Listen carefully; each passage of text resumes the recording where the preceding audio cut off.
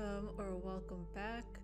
My name is Paris, and I'm here tonight with some more of Arcadia Fallen, the Legend of the Spirit Alchemist.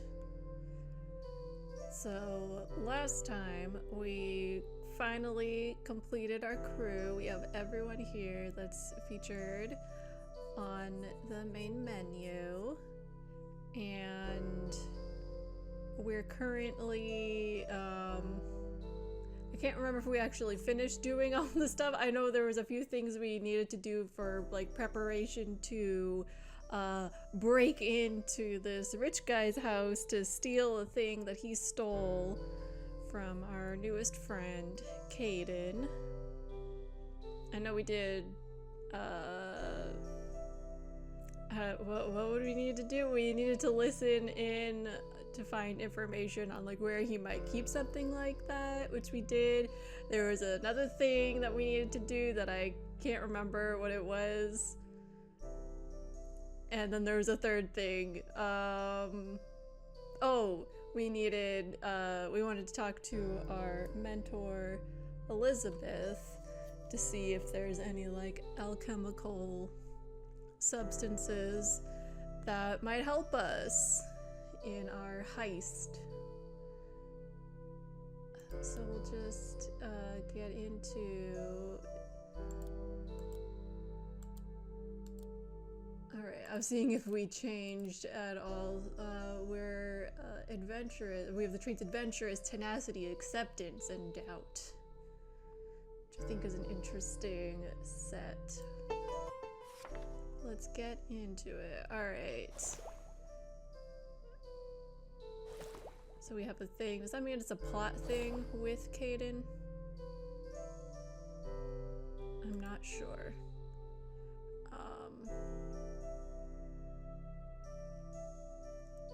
So if I remember correctly, it's like, you know, the little ... means there's someone who wants to talk to you, where the exclamation point is like a plot related thing. Who knows? We'll talk to Caden first, I guess. Our still super messed up shop. It's fine. Don't worry about it. Don't mind the giant window that's completely shattered. You find Caden standing by the window in the shop, looking out at the people walking past. How are you feeling? Be careful they don't see you or people watching. I guess we'll ask how he's feeling, because last time we saw him he was bedridden. Hi. Hi. Hey Caden, how are you doing? Thank you. I'm alive and grateful for that. But this was not how I imagined things would go when I left my home weeks ago. I'm still shocked, honestly, that a problem this simple would be this difficult to solve. That's humanity for ya, or this is a mess, I agree. Or we just have to move forward. Yeah, I guess we have to move forward. About that. This might look bleak now, but we're not going to fix things by sitting idly by. We can only work hard to try and change things. Thank you. Thank you. I think I needed to hear that, and you are right. Caden turns his gaze to the outside, lightly reaching up to tap his fingers against the glass. What glass? I have spent the entirety of my life in my home in the mountains. I've read about the sky and sun, about clouds and stars.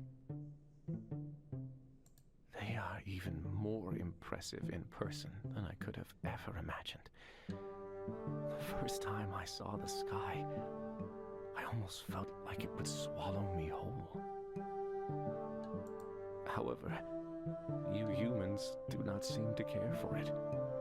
No one barely gives it a glance, and you all hide away in these houses with brick and glass obscuring its beauty.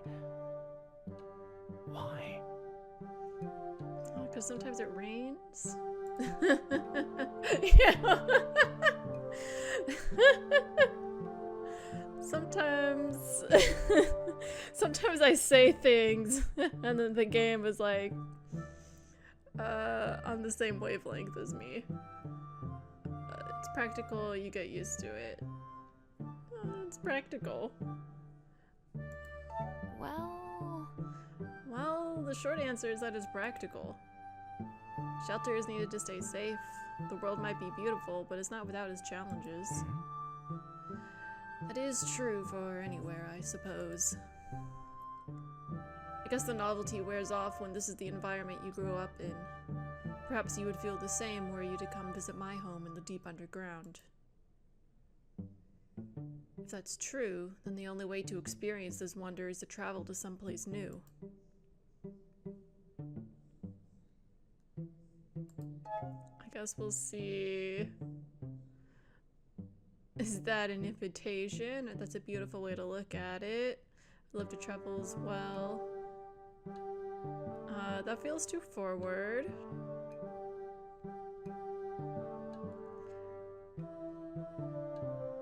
And I don't like that it's tagged as timid. So I guess we'll go with that's a beautiful way to look at it. Okay. Okay, that's not... Alright, the word we used was beautiful, not romantic. That's another thing that happens with this game. I think it'll go one way when making my choice, and it doesn't. Traveling the world, chasing its wonders? That sounds quite romantic, Caden. This is... Romantic. That's... He turned pink!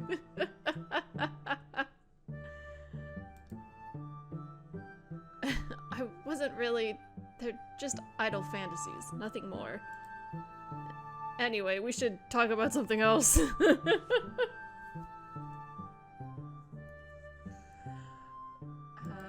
Tell me about... Could you tell me about the Outlands? You know. Well, first of all, we don't call them the Outlands, much like we don't call ourselves Outlanders. The mountain region to the west that we call home is called Drakeheim, the home of the dragons. My people are the Ujoma, and we call your people the Dags. We're a reserved people, proud, rarely straying from the mountains we call home. There's no need to. The ground beneath the mountains is rich. We sometimes trade with the Dags in the plains, but only rarely does anyone other than the Nightwalkers leave our home for the outside. Yeah, see in the chat. Yeah, that came out more forward than expected, but LOL, pink, cute. And now we see what he meant when he said that they can read each other's markings. What do you mean? You call us Dags? What does that mean? Actually... Some believe it's an abbreviation of Day People. Ujoma are the Light People, and the Himen up north are the Sky People. All three are people, or humans, which makes it rather confusing to us when you Dags use human to refer to yourself. It's the Himen. Who are the Himen? Well... I doubt you've ever met one. Few have. They are people living in the mountains far to the north. They used to travel quite a lot, trading with the old Dag kingdoms. After your empire was formed, however, they retreated to their home and closed their borders. I've never met one myself, but I've heard they're a free-spirited and proud people. Some even say they grew wings so they could fly among the eagles, but it's hard to tell if that's true or just an exaggeration.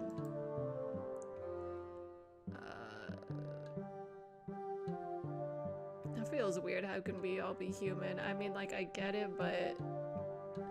I hesitate to click because I don't know. I mean, it'll be fine. I guess I wonder... How can we all be human, though, when we're different races? Actually... It's also only the Dags who believe that. But the Ijoma and the Himen hold records that our three people were once the same, the humans. Though that was a long, long time ago. I never knew. You're not pulling my leg, are you? Or does that mean I can glow too? Just say I never knew. Huh. I've never heard about this. I wonder why. Maybe a little thing called censorship? Didn't Michael go into a whole thing about how the Empire destroyed records, historical records? I'm wondering the same thing. The more time I spend among your people, the more I realize our two societies look at the world differently. It's unsettling that something that's such a clear fact to me isn't so for so many. Talk about something else. Your markings. I have some questions. I guess we'll talk about them again. I thought we talked about them already. In the chat, IDK, what you mean? The Empire is good and just and we should follow all their rules. Yes. Victoria approves. Victoria agrees. Because you can't trust people, but you can trust the system. Which is entirely separate thing from the the flawed people. I can imagine. What do you wish to know? The colors? So... I'm wondering about the colors. Yours seem to be blue mainly, but sometimes they shift. Is that how it works for all of you? Actually, Well, the change happens to all of us. At least those of us who can't control their emotions. The base colors vary, though. Blue is one of the more common ones. Does the base color mean something? Huh? well, Some believe so. There's a prevalent superstition among some of my people that certain skills and personality traits can be attributed to our resting hue. Those with red hues are more aggressive, green makes for better leaders, yellows are lighthearted, that sort of thing. What does blue mean? Hmm? Oh, and what does blue mean then? Rebellious wanderlust? More like level-headed and rational. So, yeah, not that accurate. There are some who benefit from such beliefs. Elders who guide the young based on their hue. Matchmakers who are paid to gauge romantic compatibilities. I suppose some people just yearn to be told who they are by someone else. Alright, let's get back to work. I'll be off then. We should go. I'll be here if you need me. Okay, I will see you later then. Chat horoscopes, You yes. are rather expressive compared to the other Outlanders I've met, Caden. You've dealt with my people before? The Hunters sometimes did business with the Nightwalkers.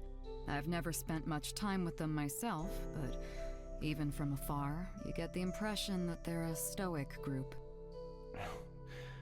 To put it mildly. What was that? Nothing.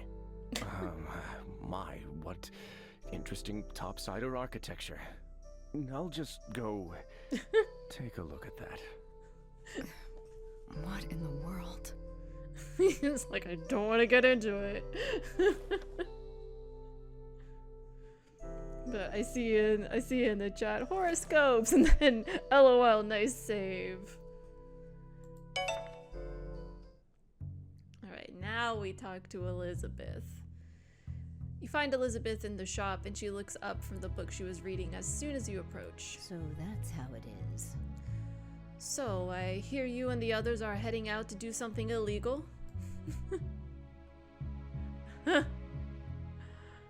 Robbing Goldner is hardly a crime.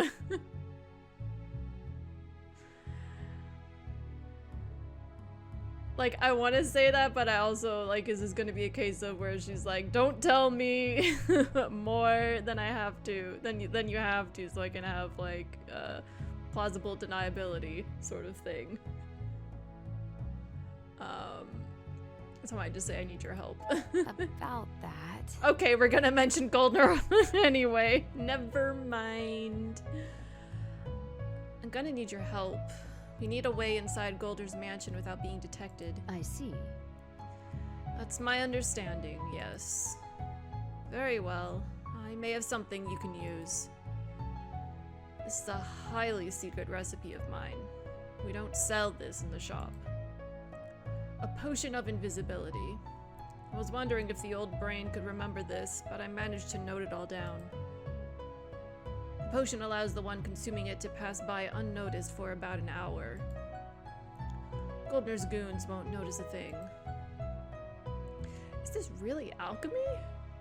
How do you know something like this? This will work perfectly. I gotta say, is this really alchemy? What? Is this really alchemy, though? It sounds like some kind of proper magic spell. Oh, trust me, not even the college mages are allowed to use something with quite as much chaotic potential as this. Which is why it is a secret and must never be used carelessly, understand? This potion demands ingredients we do not currently have in stock. Quinn might be able to supply us with some, but we might have to get a bit creative in how we obtain the rest. I have the list of ingredients here, so take it to Quinn.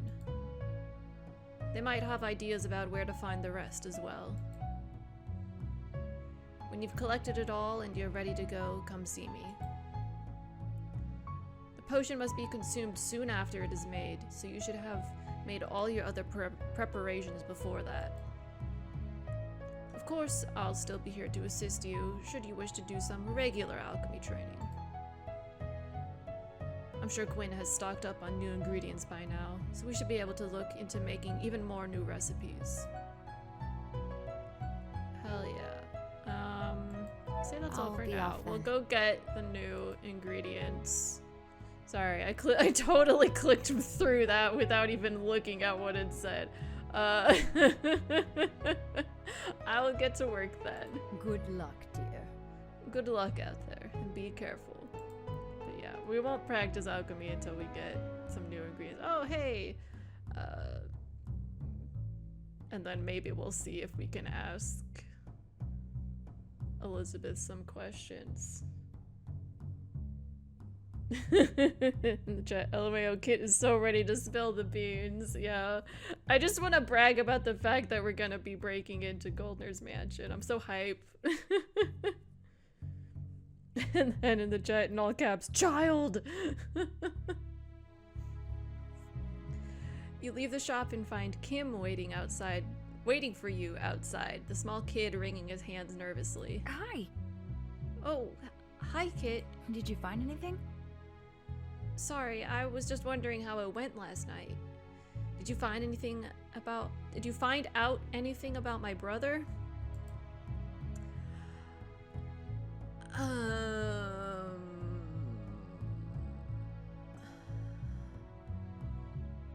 We're working on it. I'll say we'll get him back. I'll tell you what happened. I'll tell you what happened. We found him, but we couldn't bring him back just yet. But don't worry, we'll get him back to you for sure. It's okay. Thank you. That's so kind of you. It's okay. I won't give up hope. Ronan will come back to me. I'm certain of it. Thank you again. Kim leaves and the door to the shop opens, Mime poking her head out. Oh. Poor kid. I wonder if there was some way we can separate his brother from the demon that possessed him. I mean, if we can do that with him, that might also help us two get separated. So keep investigating. That's not a bad idea. Does he really deserve it? No, I'll say that's not a bad idea. Look, he was a jerk. I don't think you should be possessed by a demon for the rest of his life. Especially since the worst stuff that was happening was him literally being influenced, if not outright possessed by the demon, you know? And he also has a little brother that he seems to be, their parents don't seem to be in the picture. I'll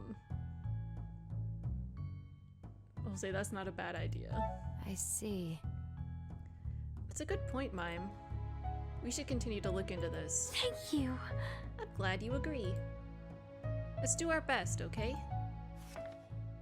I've noticed you staring out the window sometimes.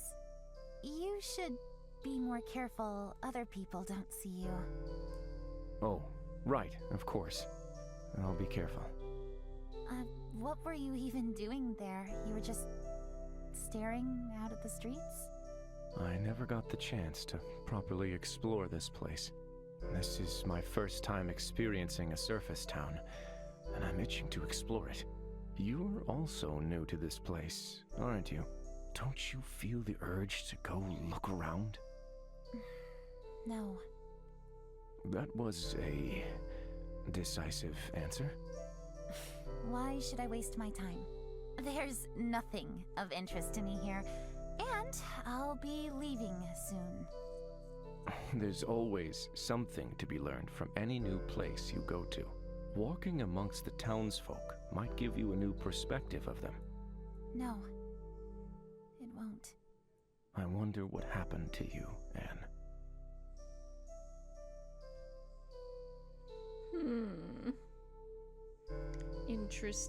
Interesting. Alright, but we gotta head over to the flower shop. Welcome back. I see in the chat, dramatic backstory. Possibly. What can I do for you? I have this list. So, Did you perhaps get some new supplies in? I have this list of ingredients from Elizabeth we need for a potion. Can you help us with any of it? How curious. Huh. This is quite the odd selection of herbs. I don't think Elizabeth has ever asked me for any of these before. How curious. I can provide you with the roses, however, the blue cornflowers are not something I usually sell. They should be growing in the forest, but they are quite shy, so they might be tricky to find. Maybe there's someone around who knows the forest well, who can help you out? I'll be off then. That's all for now. I'll see you later, Quinn. Take care. You're always welcome, Kit. Take care. Alright,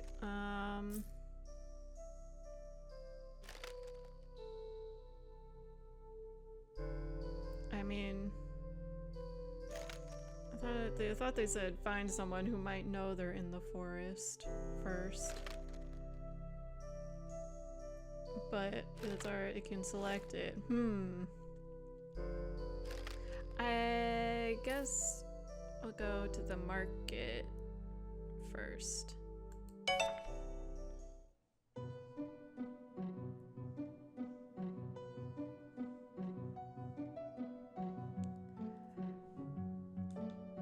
You find Victoria near the town square. Ooh, bumped my mic. Sorry if that made a noise. You find Victoria near the town square, and she isn't alone. Please help me. Please help me. I beg you, ma'am. Please help me. You're a hunter, are you not? I recognize the sword you are carrying. No. No.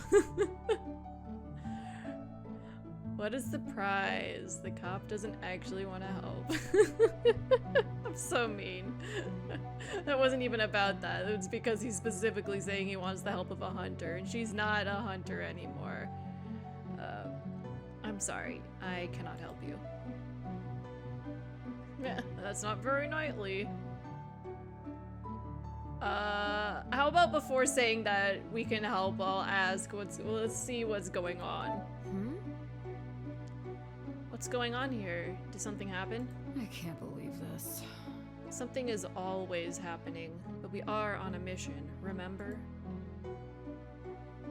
The man looks nervous as you approach, but stays put. I need your help. I need your help.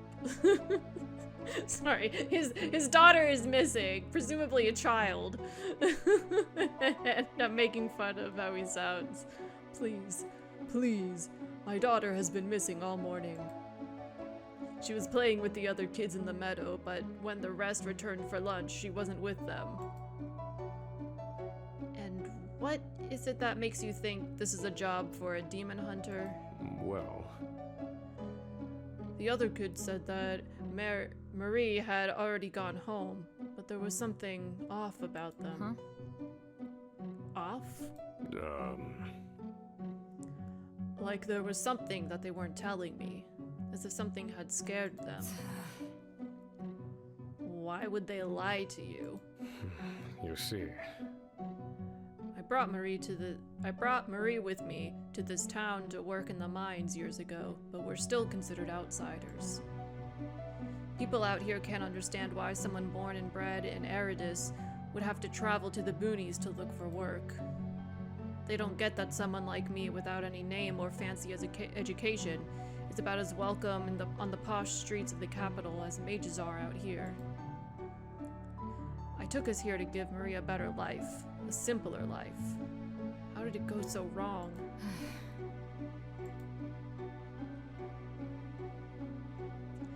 We need to help. If I go, you'll follow, right? We can make time. There's a lost kid. Say we need to help. We have to help. Victoria. It's the right thing to do. Is it really?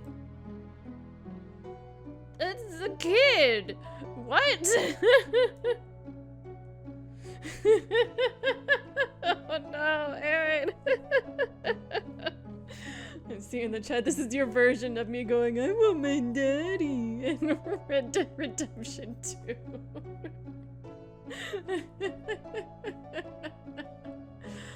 Oh god. No regrets. She looks towards the man who is wringing his hands and eventually sighs. Look. We'll look for your daughter, but I won't make any promises. The man lets out a deep, relieved sigh. thank you. All I ask is that you try. Thank you. I'll continue to look around town for her. Please find me if you discover anything. Victoria sighs and rolls her shoulders. Let's go. Let's go then. Really? So, do you think this missing child might have something to do with the demons? About that. I can't rule it out completely, but I have my doubts. It is quite common for a parent with a lost child to approach the demon hunters for some kind of magical explanation. Usually the kid is found hours later, safe and sound, too busy playing troll hunter to realize they lost track of time and missed dinner. Got it. Okay, but it's been over a few hours. He said this happened... Well, actually, wait. Did he say this morning? I was thinking that it happened like the day before. Okay, I guess it has been several hours. But with the other kids acting scared is suspicious. In this case. I suppose that makes sense. Kids are often a lot tougher than parents give them credit for. Let's hope it's just that. Speaking from experience, it might be something else though. I'll say let's hope. Well, Let's hope it's just a bad case of losing track of time. If we're lucky, maybe she'll let us join in a round of troll hunter when we find her. Are you not too old for this? I wonder. Did you get lost playing in the woods as a kid as well, Victoria? Ah, I bet you were super cute, running around with a little toy sword, chasing trolls. Of all the... I did not... I mean, I was working diligently from a young age to master the skills needed to join the demon hunters, so you did! That, of course, includes sword training, among other. That all sounds like playing to me. Ugh.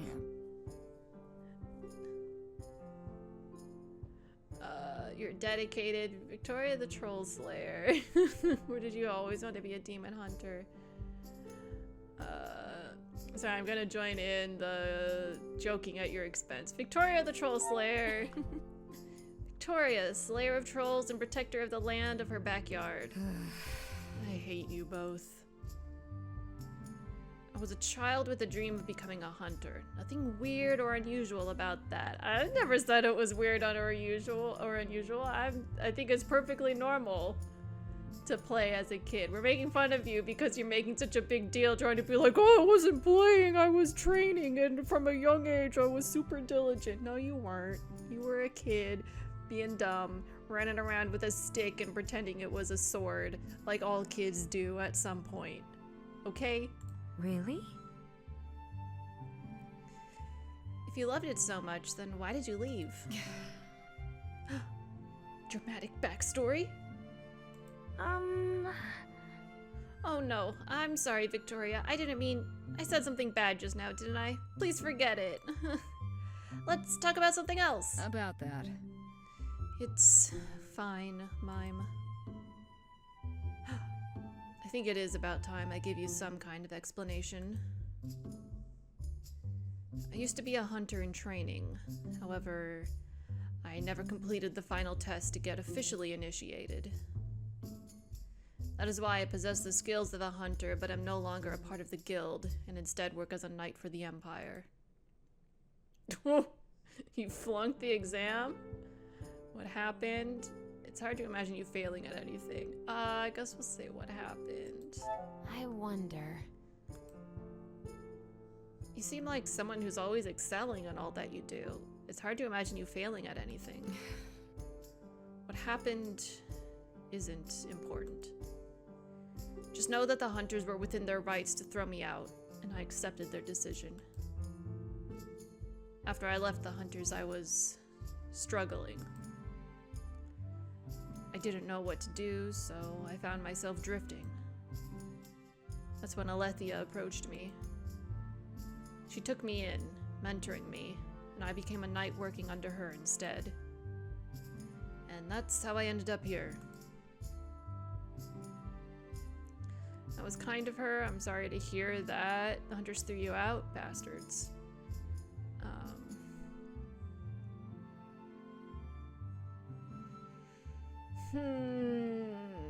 I mean, I have feelings that are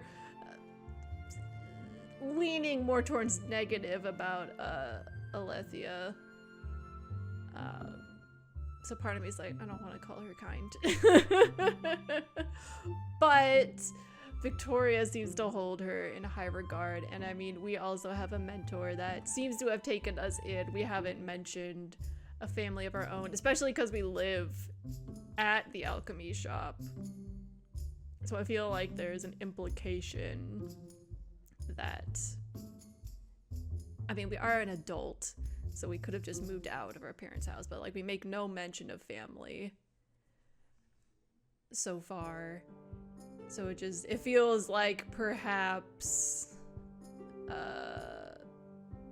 at some point in our childhood, we ended up with Elizabeth, who took us in and took us on as her apprentice. So possibly similar-ish backstory to Victoria. I guess we'll say that was kind That of sounds her. nice. That was very kind of her, taking you in like that. Kind, huh? I'm not delusional. She saw the potential in having a knight with my skills working under her. I am still grateful to her. She gave me another chance. I'm not going to waste it. I'm grateful she didn't execute me. Oh, it seems to me she might be using you. Oh, okay. Victoria's not ready to hear that.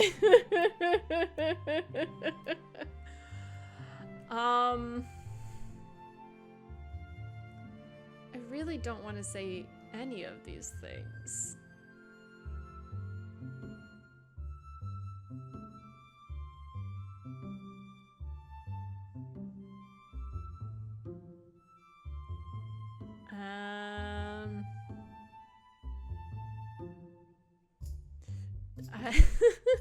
I guess.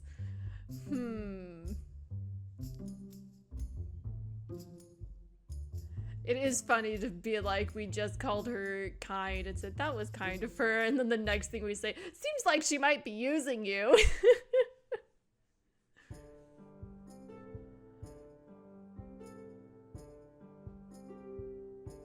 Do we go for it, or do we make a joke?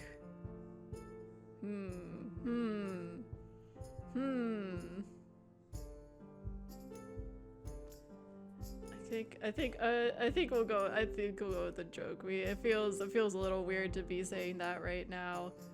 I'm grateful she didn't execute. I'm glad. I'm grateful too that she didn't execute me on the spot. I like my head where it is. You say that as if you're off the hook. See, I fucking knew it! We're just gonna be thrown under the bus after this. You're joking, right? Right? No, don't move. No. Don't move on. Let's circle back to that. Victoria, what do you mean? What do you mean by that? You continue your trek through the woods, finding no sign of the lost child. We're just gonna move on. We're gonna move on. But, you know, rules and laws are always good. It can never be flawed or bad. Even if they call for my death. When I've had so much shit happen to me that I had no choice in. The meadow is blooming with spring flowers. Leaves dance in the slight breeze to the hum of bumblebees. Your eyes look across the sea of colors, and finally, you spot a mess of curly red hair. Huh? That ain't curly. Well done! Oh, there she is. You were right, Victoria. Careful. She's not alone. Who are you? We'll just say your dad sent us. Hi. Hi there, Marie. I'm Kit, and this is my friend Victoria. Your dad sent us to come find you. He's been looking all over for you. He's quite worried. Well... But I can't go home just yet. My friend says I can't leave. Huh? Your friend? From behind the girl's hair, a small glowing creature steps out. Whoa! A fairy! What is it doing out here? Nothing good, that's for sure. Careful, Marie. Step away from that thing. What are you doing? Don't hurt him. He's my friend. Your friend? What do you mean? You say he's your friend? Well... His name is Wispy, and he's my best friend. I've known him for 2 seconds. He scared away the mean kids and played with me all day. Ah, that's why they looked guilty and were hiding stuff. But now he doesn't want me to leave. He says it's bad back in town. I mean, he ain't wrong. He ain't wrong.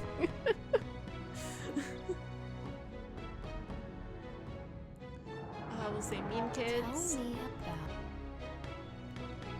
Are you talking about the other kids from town? You see... Dad said I should try and get along with everyone, but no one wants to play with me. They call me a stupid city girl and pull on my hair. One of the big boys said he wanted to cut my braid, and I got really scared, But then Wispy showed up and scared them all off. Of all the... The fairy must have been curious about the kids playing and then took a shine to this one. This is bad. Fairies are obsessive creatures. If we don't destroy it, it will never let the child go. You think so? Are you sure? It seems like he just wants to keep Marie safe from the bullies. Maybe if we talk to him, we can convince him that she'll be safe with her father? No. I don't really think the fairy is willing to believe a human. Maybe, Well, but- I was gonna say, well, you might not be aware of this, Victoria, but we have a spirit with us. But maybe I can convince him? That's... I just want to ask about Really? fairies. That's a fairy? I thought those were supposed to be extinct. About that. Seeing them these days is incredibly rare. They tend to avoid humans at all costs. This one must have gotten lost or have been lured here by something. So, They're almost extinct, which is why we should kill it. Anyone got any bright ideas on how to fix this? This is the plan. If you can create some kind of distraction with your alchemy, then I'll deal with the fairy.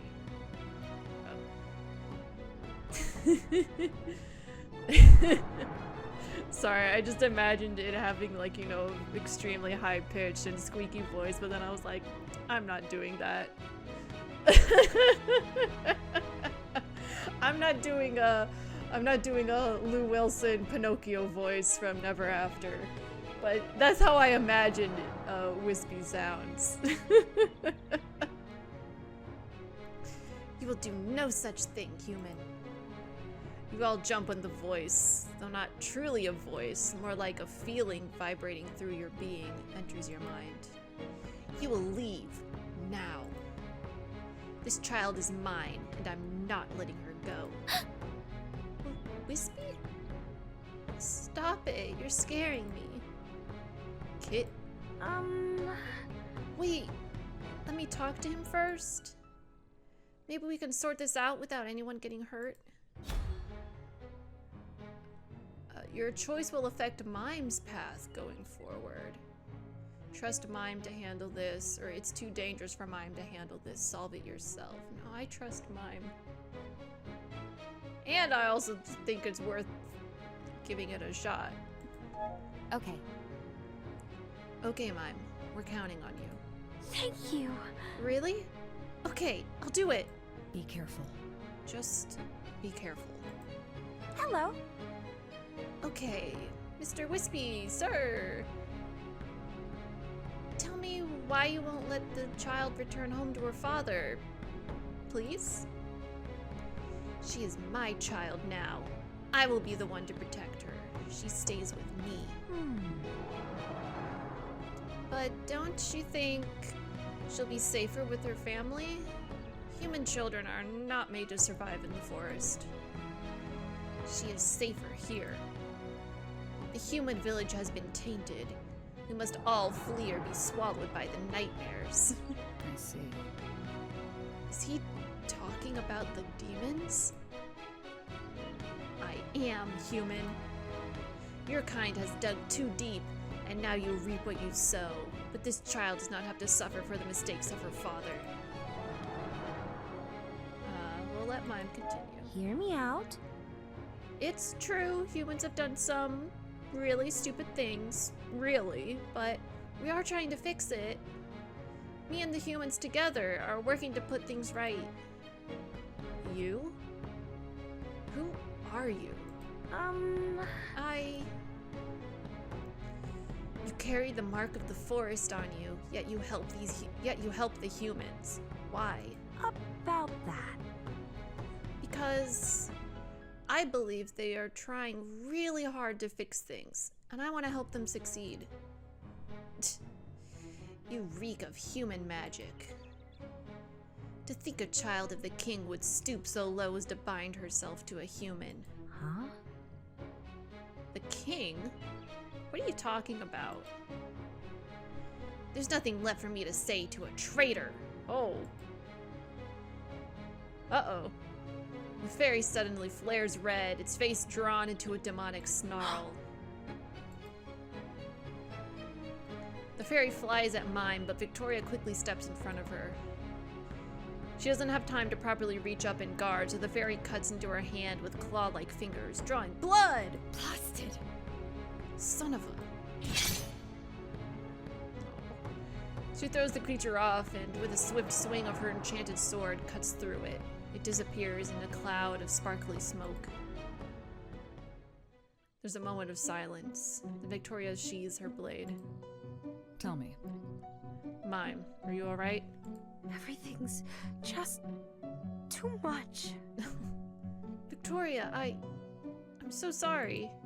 Oh no, your hand. This is my fault. If I hadn't insisted on talking to him, you... It was a fine idea. Huh? What? Look. We managed to get the fairy away from the child long enough for me to dispose of him safely. You did good, Mime. Thank you. Victoria. I don't understand.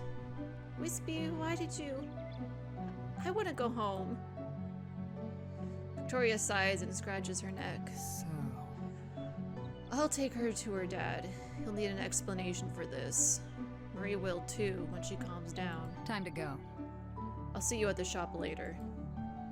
That seems odd. Victoria. She thanked me. It feels kinda good to be useful to someone like this. Anyway, we should probably be off as well, yeah? Alright. Let's go to the Ivy Woods.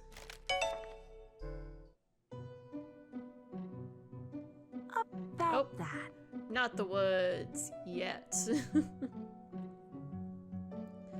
So, a blue cornflower. Quinn mentioned that we should try our luck in the forest. Maybe we should just try and go together? The forest, huh? Is that really okay? What is it with you in the forest? I'll just say the first one. The forest, huh? Are you sure we're only going because of the flowers? What? Of course we're going for the flowers. Why else would we? Okay, fine, you got me. You know how I told you Victoria found me in the wilted forest? Well, I don't remember how I got there at all. I have this feeling that there's something important I'm forgetting, but I just can't quite pin it down, you know? But I have this really strong pull towards the forest. I can't quite explain. I just thought since we need to look for flowers anyway, then I might do a little digging myself, right? Of course, just remember the mission. Let's just not tell Victoria. I mean, I don't care. Okay. Sure, that's a good idea. Let's go. Thank you. Thank you, Kit. The forest surrounding Anemone Valley is lush and vibrant in the early spring. The ground is covered in bright green foliage, and the anemone flowers the area is named after are just about ready to bloom. Elizabeth mentioned that this town holds a celebration when the flowers bloom out here. That sounds really lovely. It is lovely, it's a hassle, it's okay. I'll say it is. I love it. It's great. Everyone celebrates in the square with food and music. Then when the sun goes down, people go out into the forest to look at the flowers. That seems odd. Looking at flowers in the dark? That sounds a bit difficult. The flowers absorb some of the energy from the crystals in the mines below us, so when they bloom, they glow with magic energy. It's like stars, but on the ground. Really? Really? It sounds so romantic. I would love to see that. Though it probably isn't that smart if the whole town is out celebrating. Mime lets out a pouty sigh. I wonder. Oh no! What about you, Kit? Will you go? Ooh, will you go with someone? Mime's words strike a chord within you. Is there someone in your life you'd like to bring to such a festival? Do you have romantic feelings for any of your companions? I mean, I guess I'll say yeah. I mean, it feels too early, but also, I don't want to lock us out, so I'll say yes. You find yourself smiling softly as the thought of that person enters your mind. What? You're smiling, Kit. Is there really someone you like?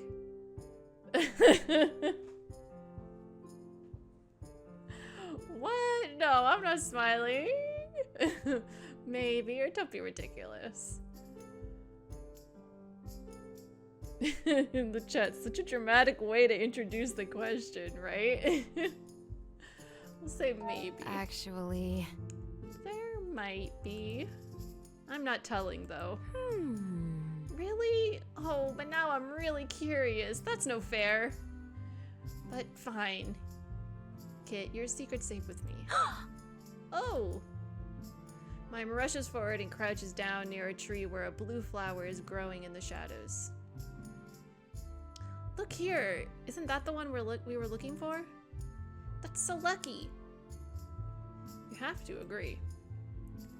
This particular flower is incredibly rare, and the two of you have barely been searching for an hour. It almost seems too convenient.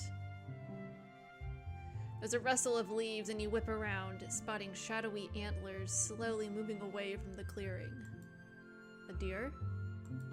Are you okay? You okay there, Kit? Mime appears before you, arms full of flowers, but a slight concern in her eyes. You're looking a little pale all of a sudden. Something wrong? The deer is gone, and the unease in your stomach settles. You shake your head. Just thought I saw something. Nothing, let's go back. A deer scared me. I'll say I thought I saw something. I'm not so sure about this. That was so weird. I was sure I saw something moving just now. You think so? Something move? I mean, it's a forest, right? So there are probably animals here. Yeah, that's it. You probably just saw an animal. Nothing spooky at all. I didn't really find anything that could point me in the direction of my past.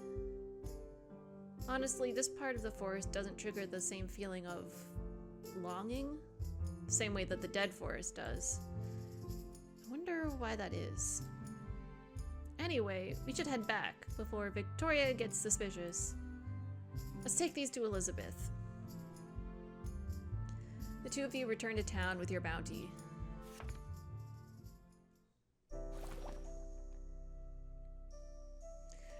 And then I see in the chat, yeah, it does feel a bit early to lock this in, lol. Or I guess it's just, are you interested in a romance in general or not? Yeah, I feel like it's probably more so that. But yeah, the way it's worded feels like you had to, they were gonna make you lock it in or choose a person.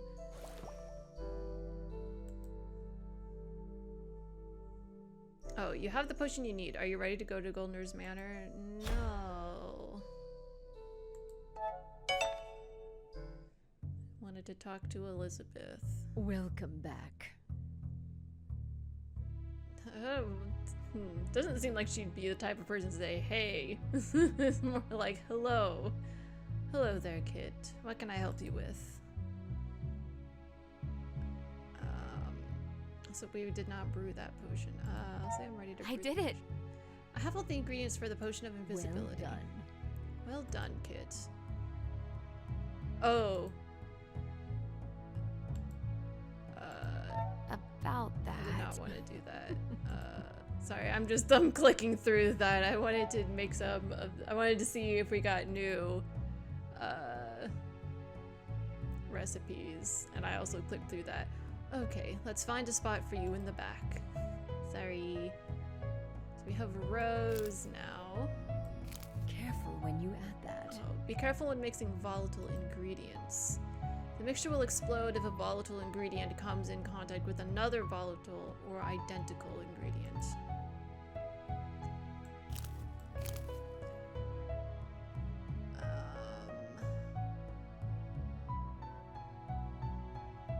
Okay. So if we do that, and then I'm just curious now. Okay, so if we mix this, turn that. Whoa, look at that! Alright, water bomb. Okay.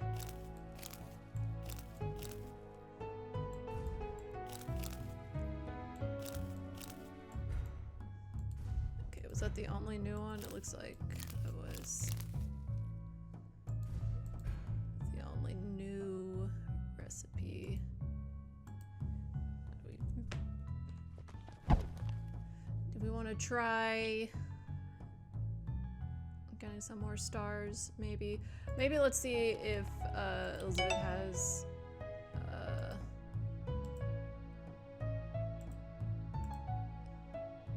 we'll answer Actually, we'll answer any more questions. I'm not sure if it's how many of those stars you have that will unlock more questions, or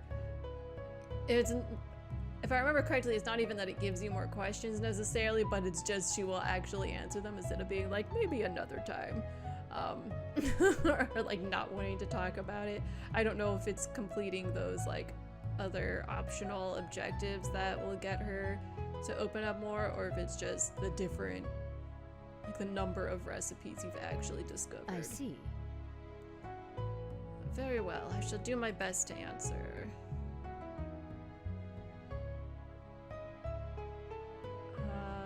I guess we'll ask, how did you discover this potion? Which I assume we're talking about the invisibility. I see the chat in reference to the volatile ingredients. Well, at least the shop is already busted if it does explode. Well, yeah, we can't do much worse damage. This can't be something that's found in any old recipe book. I see. That's a simple enough question to answer, as I was the one who made the recipe. You made this? That's incredible. Why would you want to make this? See, that's incredible. really? You made this? That's incredible. Thank you, dear. Thank you, though I'm not nearly as impressive as you might think. Alchemy, at least the kind practiced in the Empire, is not as ancient as you might think. I must have been around your age when the first whispers of spirit alchemy began circulating. There was a great deal of experimenting done in those early years, and I have always been a curious soul, so I made quite a few discoveries of my own. Nowadays, though, such experimental brews are not considered proper magic anymore, and therefore must remain a secret. Why have you never taught me I about wonder. this? If you knew about this recipe, then why have you never taught me? Well, this potion is not exactly part of the standard alchemist portfolio. My intention and ambition were always to educate you so you would never have to use anything like this, but things have changed, which is why I now share this with you. Any other neat potions I should know about? That makes sense. You didn't trust me? No. Say any others. So, Are there any other neat potions I should know about? Like a go-away demon spray or fix broken magic seal glue? Trust me, if I had solutions to those, then you would be the first one to know. Alright. Okay. I did it. Now we'll do the invisibility potion. I have all the ingredients for the potion of invisibility. Well done. You can make it now, but it has to be used immediately. Are you sure you and the others are ready? Any other preparations you need to complete? I'm ready. I'll do it. I'm ready. Let's do this. I see. Very well. Let's brew this potion then. Alright. Oh, there's the blue cornflower. Okay, so we have that. And It's the oh, we need the rose, I'm sure. Okay.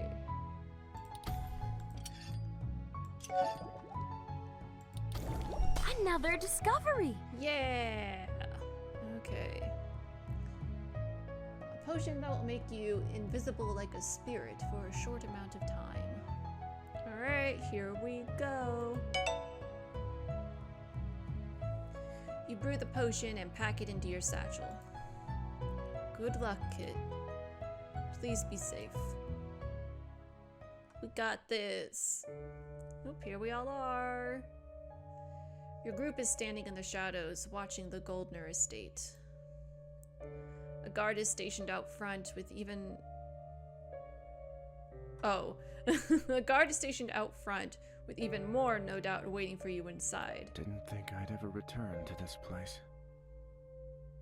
Can't say I'm looking forward to it. If you're getting cold feet, now's the time to say so. Of course not.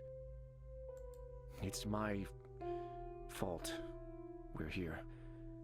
It's only right that I help fix things. Everyone knows the plan? Don't get caught. Yeah? We use the potion of invisibility to sneak in. We locate the office.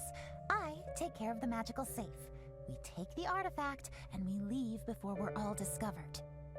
Thank you, Anne. Are you ready, alchemist? Bottoms up, here goes nothing. Let's do this. Let's do this. This is it. You drink the potion and watch in amazement as the group before you slowly fades away and disappears, leaving a ghostly outline. How does this... Well, this is unnerving, to say the least. Look, Careful not to make any sounds as we move. let's go, everyone. You all sneak past the guard, holding your breath, and quietly enter the estate.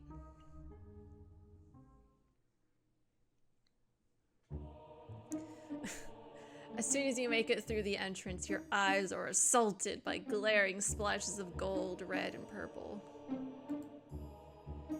The entrance hall is lavishly decorated with fine furniture and extravagant art pieces, like its very purpose is not to greet guests, but to be a showroom for displaying the owner's wealth. Wow. This place is... wow.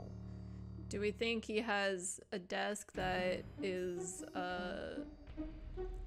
that looks like the one that, Mr. Red White has in Ace Attorney? I see in the chat, all caps, my eyes! Miss Goldner's tastes are rather gaudy, no? You think? The colors kind of remind me of your coat. Ouch.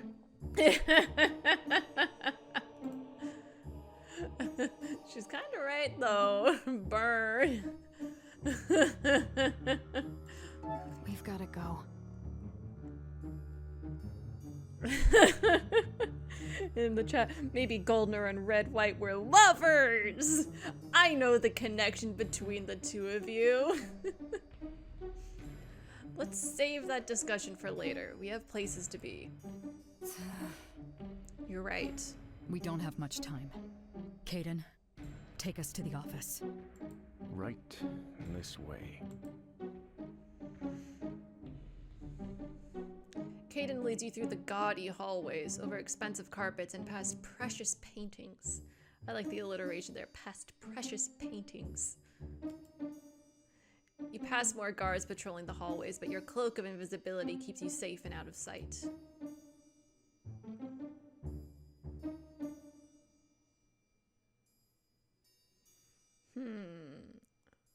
Peacock holding a crystal ball, desk lamp, more of those art pieces, a trophy, several trophies.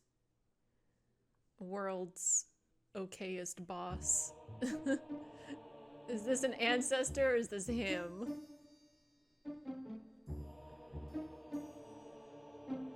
You make it to a finely carved oak door, and behind it you find a dark office. Caden hesitates before entering, his bright eyes looking around the empty space. You okay, Caden? So where's the save? So far, so good. So far, so good. That was close. Thank the 7 we made it this far. Now, where would that safe be? Everything in here looks much the same as when I was held captive. Although... He walks over to the huge painting taking up almost all of the back wall. Goldner's smug face grins down from the most hideous portrait you have ever seen. That painting wasn't there before. I think I would have remembered that. In chat, what if it's him in cosplay? I think it is. Honestly. It seems almost too obvious, but the more I learn about the man, the less it surprises me. Let's move the painting and see what he's hiding. Victoria and Caden step up to either side of the painting and lift, easily moving it aside. And you are not at all surprised to find a safe hidden behind. Anne, is it... Oh, it's magic, all right. A key combination. This is troublesome. He actually went and bought something that's fairly high quality. Damn it. It's not going to be easy to open. You can't tinker it free somehow? Well, she didn't say it's impossible. She just said it won't be easy. Not without setting off the alarm. We could just take the entire safe. You know? Could we? We're supposed to leave no traces, remember? Then, we've got to find the code for this lock. Good grief. Probably has a post-it note somewhere. What to do now? Investigate the desk, the bookshelves, investigate the painting. I guess we'll just do top to bottom. Walk over to the desk. It's a large oak piece, well kept, or unused. There are a few stacks of papers and letters piled in the center. No pictures or personal items have been set out for decoration, but you do notice a golden peacock figurine carrying a fist-sized crystal orb that is way bigger than fist-sized. You rummage through the papers and letters strewn around, pausing when your hand touches a letter that's sealed with the same emblem as the one on Anne's uniform. Check out the letters, I guess. Dear Messire Goldner, thank you for your purchase of the magical beads lock. Remember, it is important you memorize the code to ensure optimal security. Do not write the code down anywhere people might see, as this would be easy for intruders to find. Kind regards, the Locksmith Guild. That's all you find on the desk. Check out that orb! Gotta ponder my orb! There's a faint white mist swirling calmly within the orb, and you don't need to be a mage to figure out that it is of magical origin. It actually looks very much like Victoria's orb of communication, but how did Goldner acquire one of these? Alright, bookshelves. Bookshelves lining the walls are stacked with heavy books with beautifully engraved spines. Upon closer inspection, though, you discover that they are all completely untouched, more for decoration than actual use. Why would you... Why bother investing in all these books if he was never going to use them? Oh.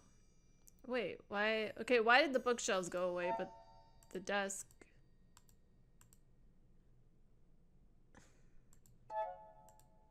That's strange. Okay, investigate the painting. What if the code's on the paint, like in the painting? That would be funny. You take a closer look at the painting that was hiding the safe. Something is carved into the frame. No. Don't tell me it's the code. Oh my god. A weird pattern that looks kind of similar to the lock. Is that the code? I wonder. I think this might be a clue. Let me take a look. Let me see that. Anne takes the note from your hand. It's a... I thought it was just engraved. What is it? Is it a piece of paper that was stuck to it, or is it engraved in the frame? Fascinating. It's a cipher. It looks like it fits the lock, but this is only the first half. I wonder if he put the second part down somewhere else. He wouldn't be that stupid, would he? To the foyer! There was a similar painting in the foyer. I did see it. See in the chat, LMAO, is it a clue if it's just the answer? Well, it seems like it might be a coded version of the answer. Or, well, this was the cipher, so like the key for figuring out, like maybe the other part will be the coded message, and this is the cipher we'll use to find what the actual password is. But yeah, it's just one extra step that doesn't seem too difficult, rather than just outright writing the password. And then, oh, I expected him to just write down his password in the open. He kind of did. There's a similar painting in the foyer. About that. There was a painting similar to this one down in the main foyer. Maybe he wrote it on that one? Huh? Wait, there's no way he would be that stupid. Would he? I think we're all in agreement that he would be that stupid. There's only one way to find out. We don't have a lot of time left, so we should split up to cover more ground. Ooh, okay, I remember this part. So Aaron, you tell me who you want to go with. I'll go and investigate the painting. Caden? I'll come with you. You shouldn't be going alone. We'll see if you can keep up. I'll stay here with the safe. Perhaps there's still something to be learned from it. Then I'll stay by your side and make sure you don't get surprised by a patrolling guard.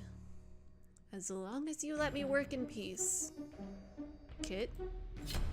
Alright, do we want to stay in the office with Anne and Michael, or do you want to go to the foyer with Caden and Victoria? In the chat, this is his attempt at two-factor authentication.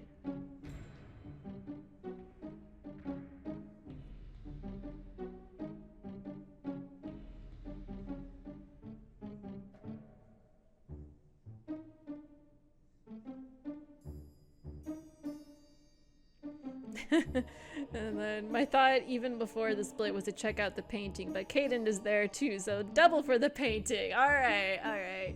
Go to the foyer with Caden and Victoria. I'll do it. I'll go look for the code with you. Huh? I'm coming too. Okay. Okay, let's get going then. Stay safe. You leave the office and make your way back to the main hall. Victoria and Caden move like shadows, gliding down the hall, checking for signs of life. It's quiet. Too quiet. For now. Maybe the guards are asleep? Don't be ridiculous. I wouldn't be surprised. From what I saw while I was held captive, the guards of this place are mostly townsfolk in uniforms. And yet you got captured? Being knocked out by a wayward spell made fighting back rather difficult. Fair, I suppose.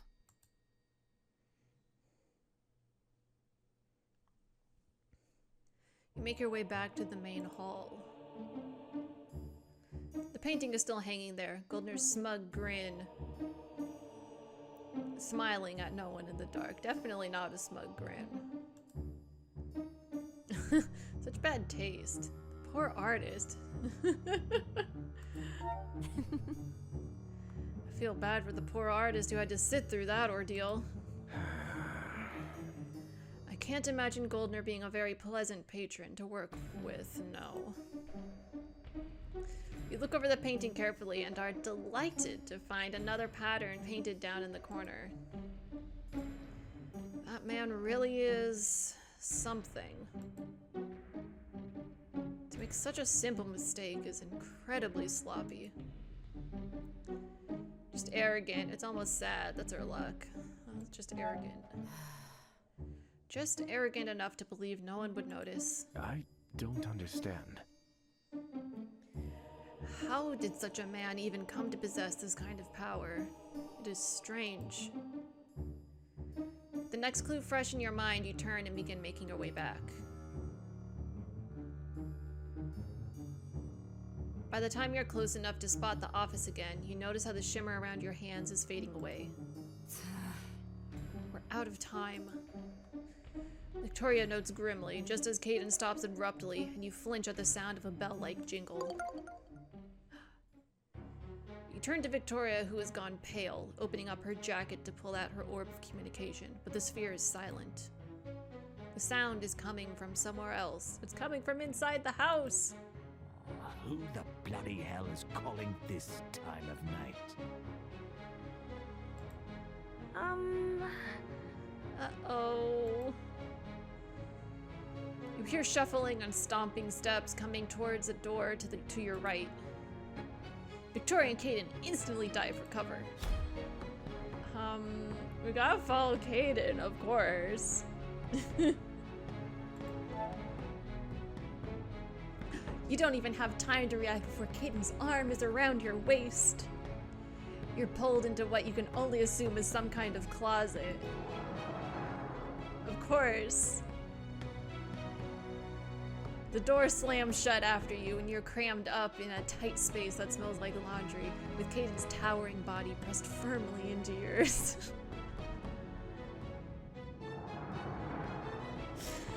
Oh my god. Laying it on a little thick here. Blush. What the? Oh, we're screwed. See in the chat, of course, the closet trope. We're keeping our head in the game. We can be into him, but keep our head in the game. So we're going, oh, we're screwed. Oh no. Oh no, oh no, no, he's gonna find us. They are... Sorry. Caden gently presses a finger to your lips, interrupting your panic and making your gaze refocus on his bright glowing eyes. You're going to be fine, but you have to be very, very quiet. You nod, trying to take deep calming breaths as you hear Goldner approaching. Oh. Caden is breathing slowly, his eyes closed, and you notice with surprise his markings fade to a barely visible glow, effectively shrouding you in darkness. I can't believe these people.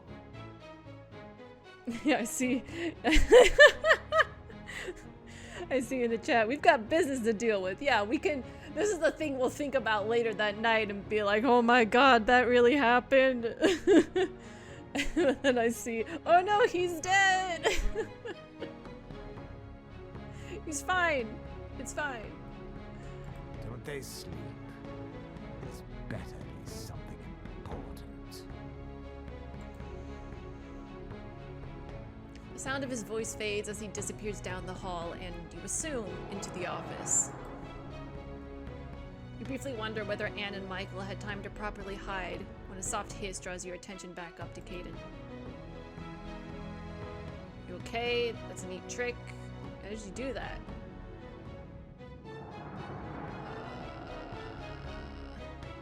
How did you do that? Huh?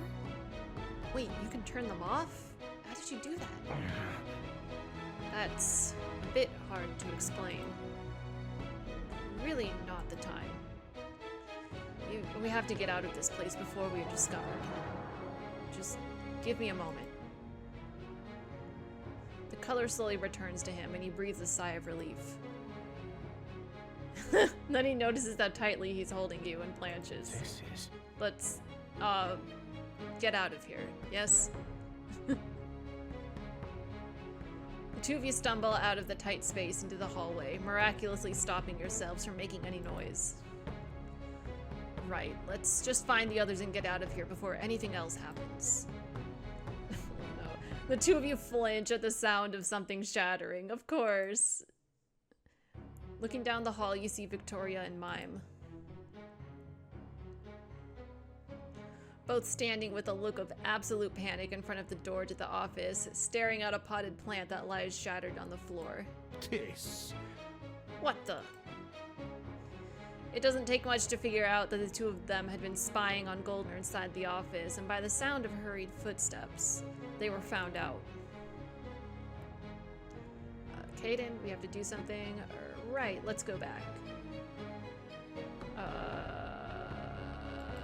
We have to help. We have to do something.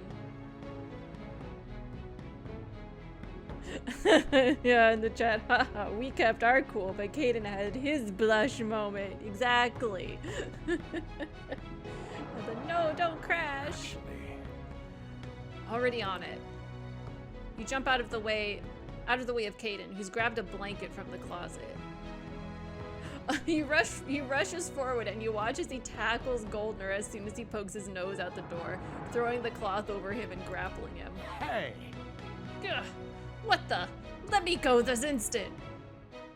Goldner struggles against his captor, but Caden holds fast, looking increasingly more panicked as he realizes what he's done. mercy guide us. What are we doing? Great catch, we're so screwed. Hide him somewhere. This is it. We have to hide him somewhere quickly. Well, There was a closet in the hall? Fine. Got it. You. Let go of me, you savages! Thieves! Murderers! My, okay, whoa, who's dead? Like, I see in the chat, all of these comments in all caps. Magic trick! Put him in the closet! Yes! Victoria and Caden haul Goldner down to the closet and throw him inside, blocking the door with a dresser. Yes! All the...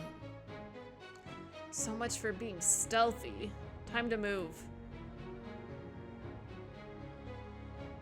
The office door slams shut behind you, and Caden makes quick work of locking and blocking it.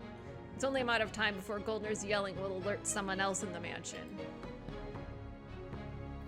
Anne pokes her head out from under the desk, raising a brow at your disheveled state. What happened to you? By the gods. To put it bluntly, we just shoved Goldner into a closet. We should finish this up now. Victoria looks around, frowning when coming up short. Michael, I swear. Where's Michael? There's a flash of light, and Michael appears in front of the bookcase, grinning like a madman. Everyone, you are not going to believe what we just found. What's going on here? I don't even... I'm not gonna ask. Let's just get this safe open and get out of here before things become difficult. So, you've got the code? How curious. Here. He really did just put it down on the other painting. Such an odd man. His arrogance is to our advantage. Kit, if you please. Alright, cipher the code and match the wheels to open the safe. Shit. Okay, I have some post-it notes and a pen. Hold on. I'm gonna write this down. Or you know, maybe we'll take our 10-minute break here and I'll write down the code while we do that. I think we'll do that. Alright. Because I realize we're coming up on my normal break time. So, yeah, 10-minute break, and then we'll be back to finish this up, and will we get out of here? Who knows? Alright, be back in a bit. Alright, welcome back. We're coming right back to a puzzle. Alright, got my little sheet where I wrote down all the symbols as where they're supposed to go. Okay, so this one that's on the top, we want it to stay up here. Do any of these symbols? Yes, we want that one to stay in this circle. And okay, we want that one over here as well.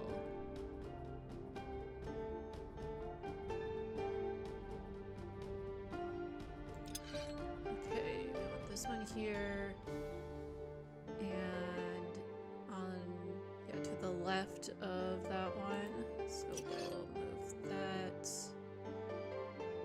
and we want these two here. Okay, okay. Oh, all right.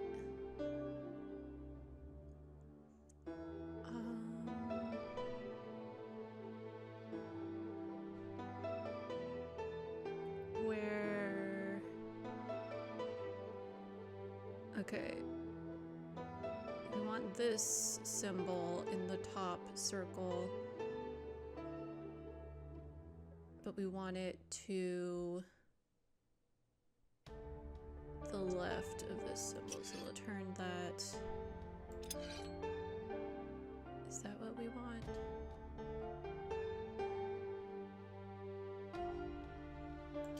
And then if we do that, and turn this twice, is that correct? Oh wait, there. Ha! Did it! I'm a master at this. Oops. Oh no, wait, that was her. That was the old dialogue from her. Sorry, I'm just trying to put this somewhere. Okay, I'll just put it there. Okay. Easy. I'm a master at breaking into safes. Inside is a sword broken in half, made from bone. Uh-oh. Caden reaches out with shaking hands and picks up the pieces. It's broken. I'm sorry, I can't believe this, or this is bad. I'll say I'm sorry. I'm sorry. I'm so sorry, Caden. No, it's my own pride that led to this. I don't understand. I just don't understand how this could happen. The dragon swords are the most powerful artifacts my people have constructed. A simple banishing seal should not have been able to shatter one like this. Let me take a look.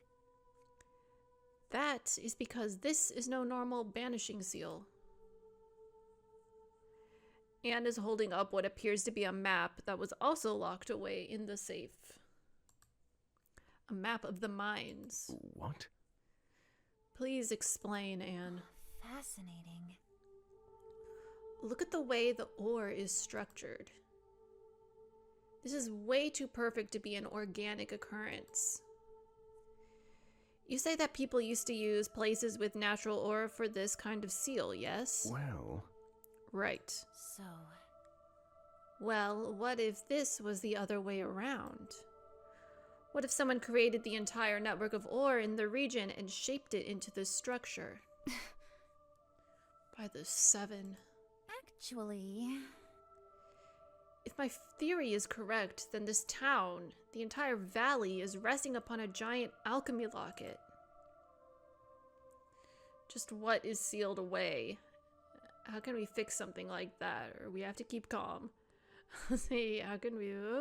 let's see what's sealed away. That can't be. Just what kind of demons are sealed away behind such a thing?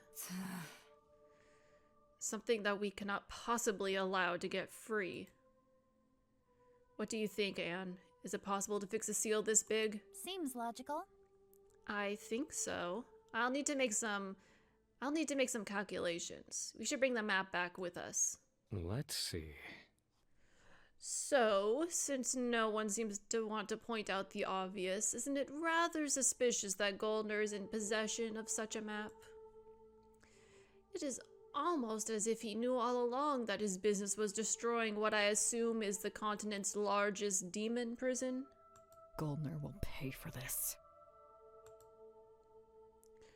We'll deal with him and his involvement in this when we have successfully prevented the catastrophe. Huh. Very well, Madam Knight, if you say so. Won't you make a fuss if you realize we have this? So much for not leaving traces. I mean, we were gonna take the sword anyway. That was gonna leave a trace. Or do you mean just all the other stuff that happened? I see. And here I thought we weren't going to be leaving any trace behind. Okay, we were talking about that. Okay, we were why? Okay, who cares if we take another thing from the safe? We were already taking one thing. If he wants to make a fuss about these being missing, he'd have to explain just what these things are. He won't back himself into a corner like that. Now let's get out of here. As she speaks the words, you suddenly hear yelling outside, feet rushing down the hall. Why, you? Thieves! What are you waiting for, you idiots? Break down the door. We're trapped. Oh no, what do we do? Here. This way, everyone. I've found us a way out. The window doesn't count. What now? Okay, let's go. This is it. Lead the way, Michael. With pleasure. Will this really be okay?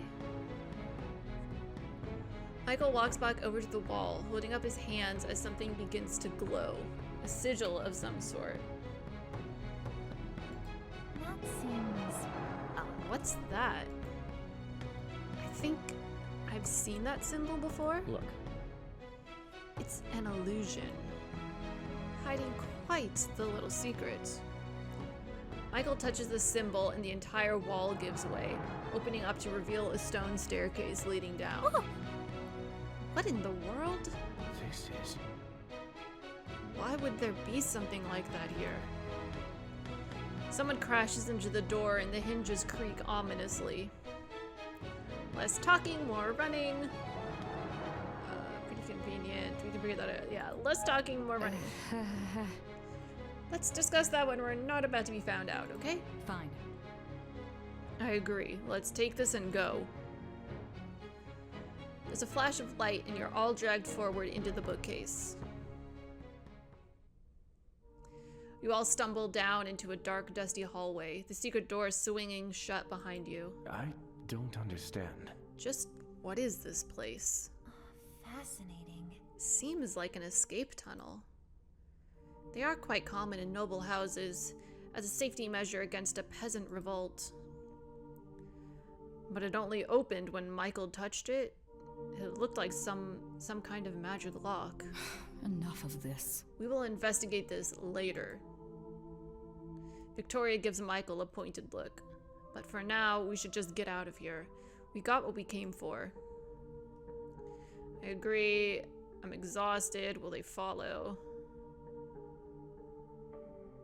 Yeah, let's just get out of here. I agree. We've made enough noise for one night, I think.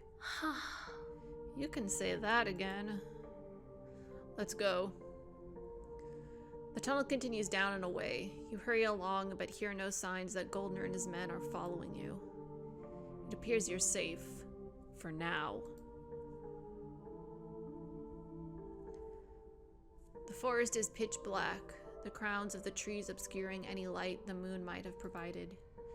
You step out of a doorway in a large oak tree, the magic door snapping shut behind you when Michael is the last one steps through. That's a relief.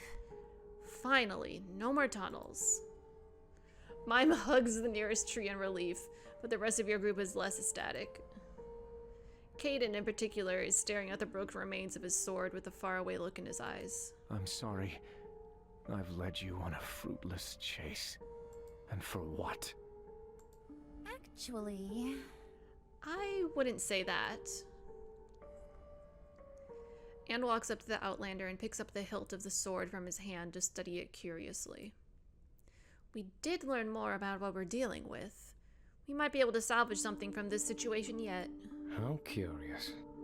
That's uncharacteristically optimistic of you, Anne. Are you sure you're not just saying that so you can tinker away at Caden's broken sword? Can't believe this. That's not... It's merely a professional curiosity and nothing else. Good grief. We're safe and that's all that matters. This was a disaster. That was awesome. Say we were safe. Well... We might not have gotten exactly the outcome we wanted, but we got out unscathed. That's all that matters. Kid is right. Even if it wasn't exactly a smooth heist, we just broke into a mansion together. I say we did pretty awesome, all things considered. Ugh. You return home. Chapter 3, A Secret of Blood.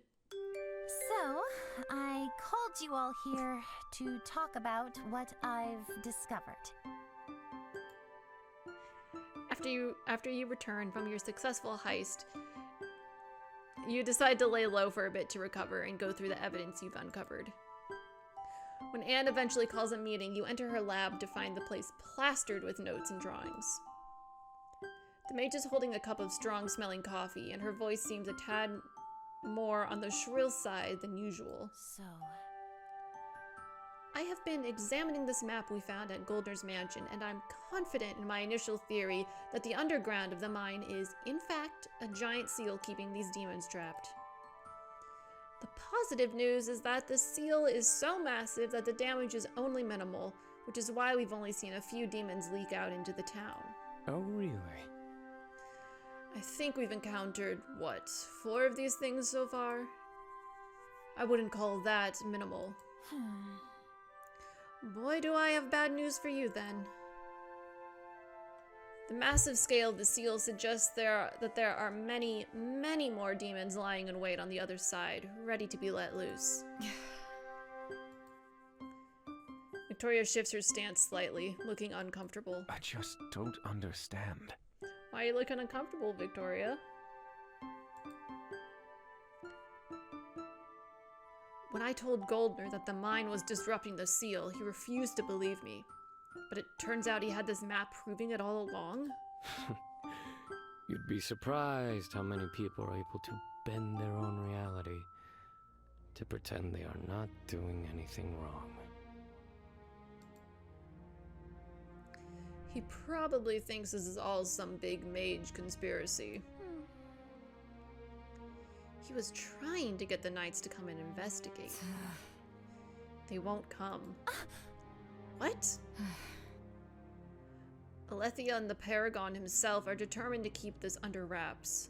More knights would complicate this. I can't believe this. They can't just turn a blind eye to what's happening here and expect it to go away. They're not. They're waiting for us to fix it for them. Oh, do their dirty work for them? How does this... Sorry, one of my cats is... I can hear him out in the hallway crying because he wants to go sleep on my bed. But he's just gonna have to wait. But why take this risk? What are they afraid of? About that. I don't know, but I intend to find out. Her tone makes everyone pause. Not even Michael dares to comment. But that's for me to figure out. Anne, please continue. That's not all. So, yeah, getting back on topic. Caden's idea of fixing the broken part of the seal still seems like our safest bet. But knowing what we do now about the sheer scale of this seal, it's clear that he never had the power needed to repair it. I mean, the entire valley is all just part of this huge spell. A single dragon sword isn't going to cut it. What are you saying? I'm saying that you're pretty lucky that miner interrupted you when he did, because that ritual would never have worked in the first place. Most likely, the sword would have had its powers sucked out completely, and the spell would have taken your life force with it, before doing Elithor's knows what to the surrounding area. Instead, it rebounded and drew its missing energy from another power source. Basically, sucking it through the roots like a straw. Oh. The forest. I don't understand. What are you talking about? I see.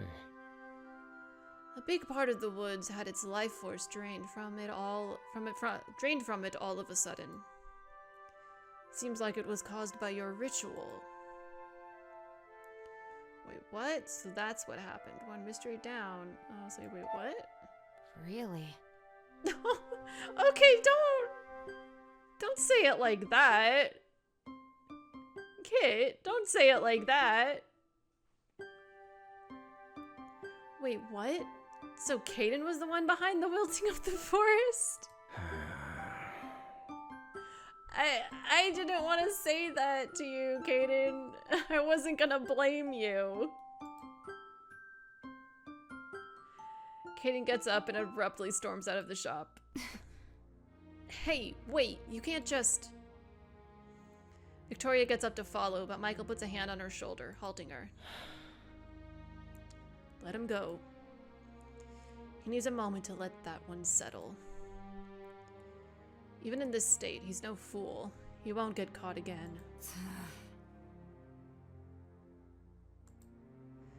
Victoria shrugs off his hand, but stays put for now. Look. You should probably go talk to him later, kid, since you were the one that accused him. Sorry. Though for now, we really should figure out what to do. About that. Right. And what would you suggest? Is there a way to fix a seal this big? It's not going to be easy. I'll need to study the seal in more detail.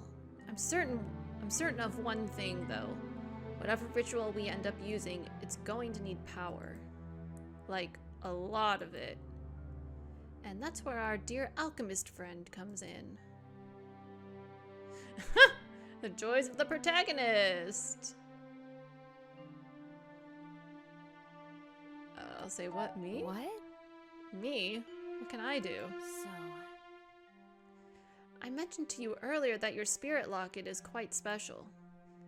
The power it possesses grows stronger every time you seal away another demon, but you haven't yet accessed that power, and I'm starting to understand why. It's missing something, a few key components to connect the mechanism. It's quite odd, actually. It's almost like they used to be there, but have since been removed. I could take a closer look and build the missing pieces, but then we would still need more demons. Exactly. The main issue is a simple lack of power. We need more demons to fuel the spell needed for this. Got it. How many? Let me take a look. Kit already captured 4 demons. One more of the same size as the others might do the trick, though I could make a more precise calculation for you. So that's how it is. That won't be needed. We know what we have to do. Victoria's sharp eyes zero in on you and you swallow. I'm not gonna get a say in this, right? It's clear what has to be done. I have a bad feeling. I'll say I'm clear what has to be done. This is it. It's clear what must be done then. Not bad. I'm glad you see it that way. This is the plan.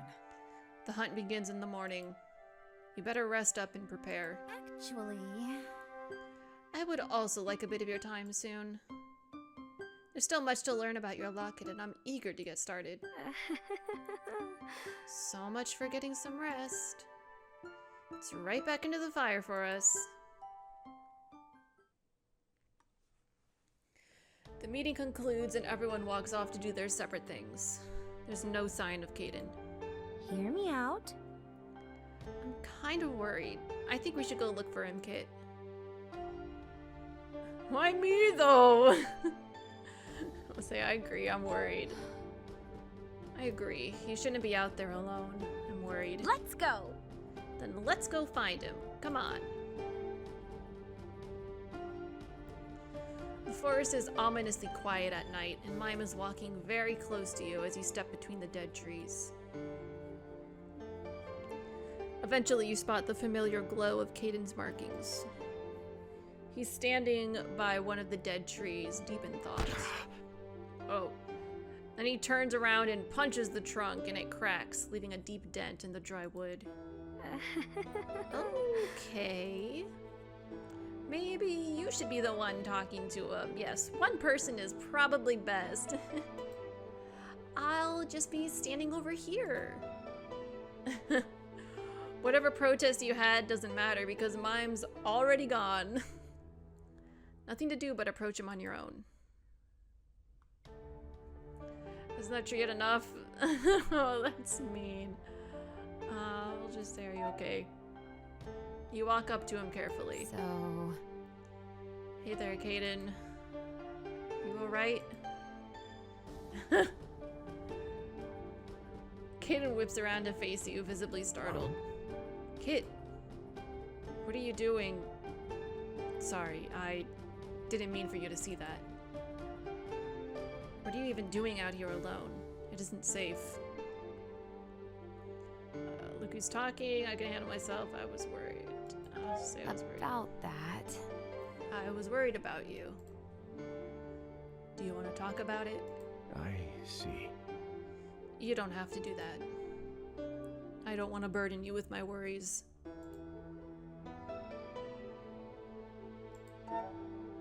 I care. Yeah, well, you made me worry, so gotta protect that cute face. Maybe not the time for a joke like that. I'll say I care. You see... I care about you, Caden, and I'm concerned about what's happening. You smile gently, and Caden blinks, then looks away, flustered. You care for me? Oh, turning pink again. Of course. Now, tell me what's going on. Caden takes a deep breath and looks around at the dead trees. He looks so very pained. The elders at home always tell me I act too rashly.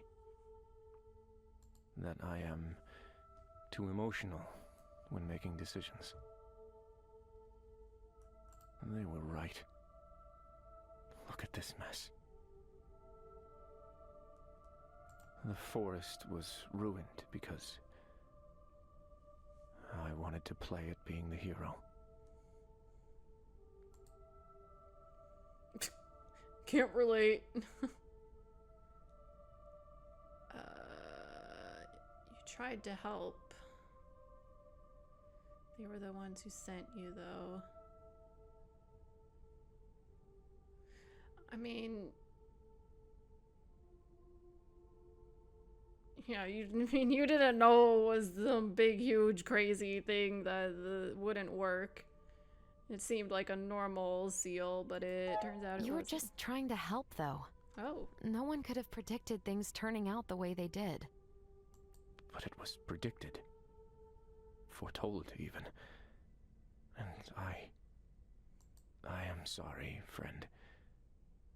But I haven't been honest with you. Dramatic backstory. I wasn't sent by my people to solve this.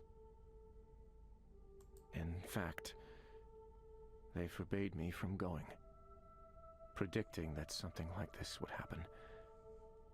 And yet, I went anyway. Uh-oh.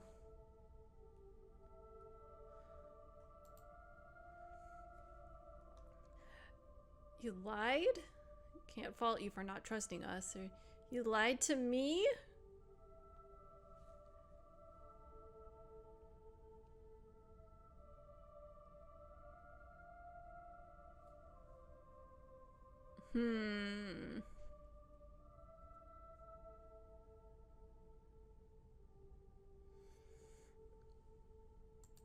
I mean, given what you went through with Goldner, I can hardly blame you for not trusting us at first.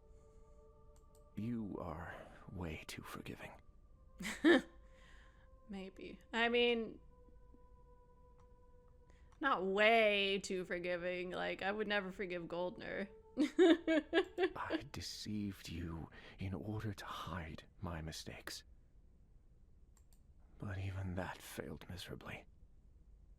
The sword is broken. There's no hiding anymore. I never had the right to wield that blade. I took it, thinking the end result would be worth breaking a few rules for. In the chat, at first I see secrets. And then, you lied to me yet? Jail for Caden! Jail for 10,000 years! But not really. I was arrogant, and this forest paid the price for my foolishness. I cannot return to my people in such disgrace. I honestly don't know what to do from here.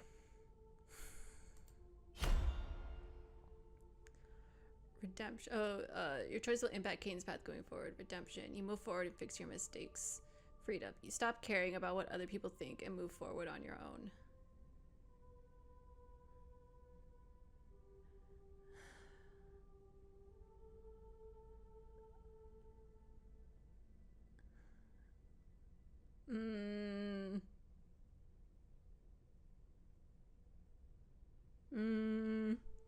I mean, you can not be like so beholden to what other people think, but still fix your mistakes. You know, I don't think it needs to be an either or.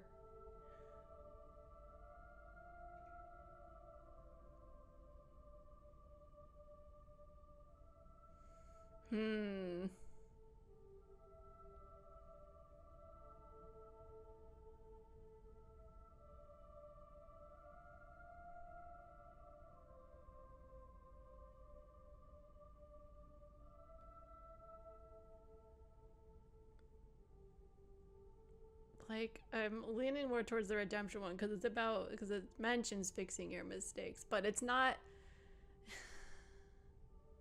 like, it's not fixing them because, I don't know, because you didn't listen or you didn't care enough about what other people thought about you, but it's just when you fuck up, you do have to fix. You do have to fix things. So I think I'll go with redemption. You can't just keep wallowing in your own self-pity. You made a mistake.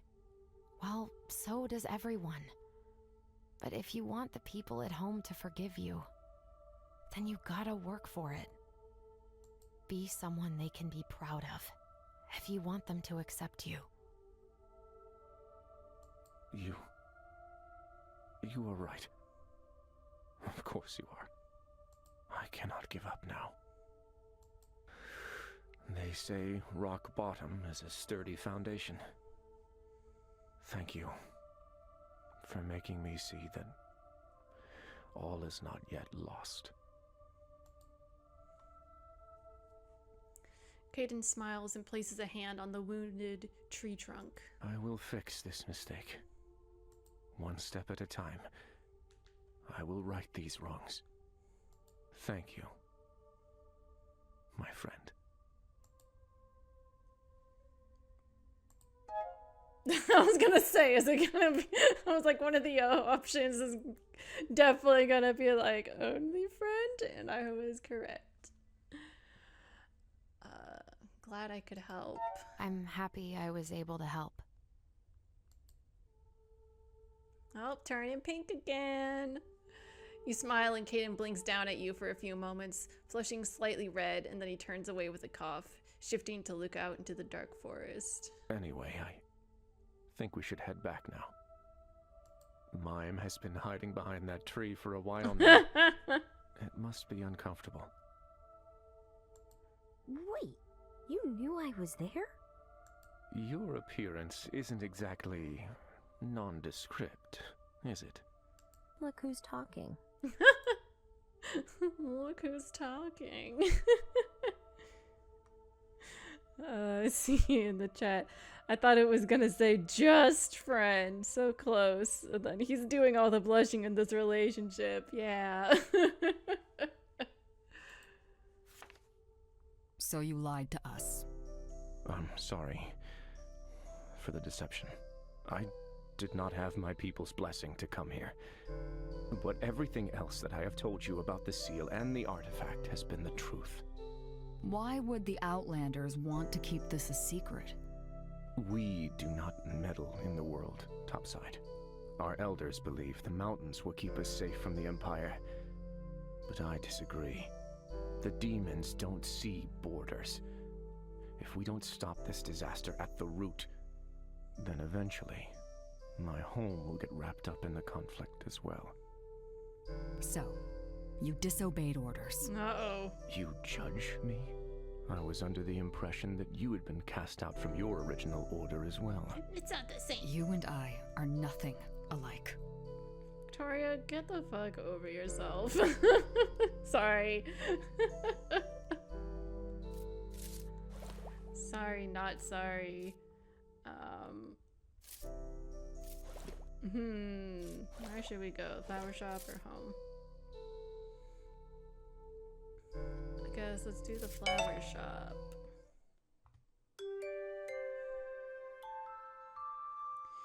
You approach Anne, who's looking deep in thought, poking away at the broken sword while Caden watches over her nervously. Please tell me you are being careful with it. Some of those tools look rather sharp.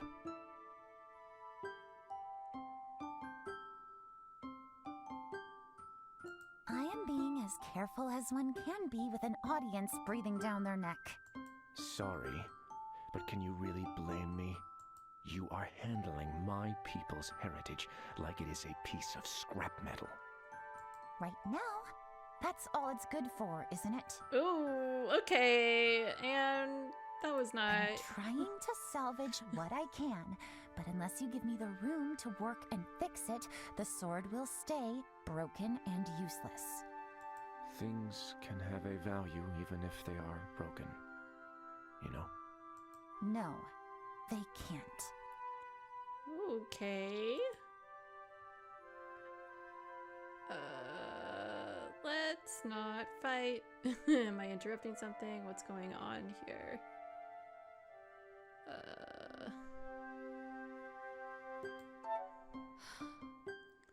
Please don't fight. We're all on the same side here. Alethra's mercy.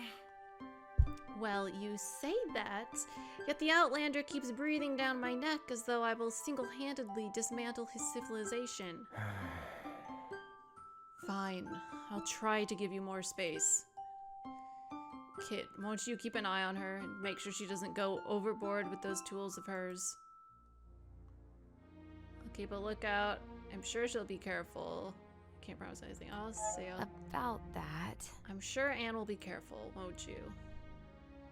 You shoot the mage a look and she sighs, pinching the bridge of her nose with her gloved hands.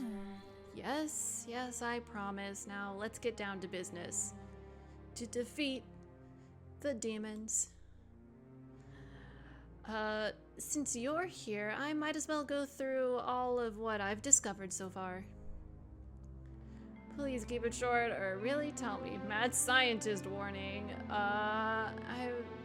Sure. Tell me. Okay. Sure, tell me all about it. Oh no. My pleasure. So, Caden's definitely not lying when he says this is a powerful magical artifact. The material used is unlike anything I've seen before. It's almost as if it's alive, pulsing with tremendous power.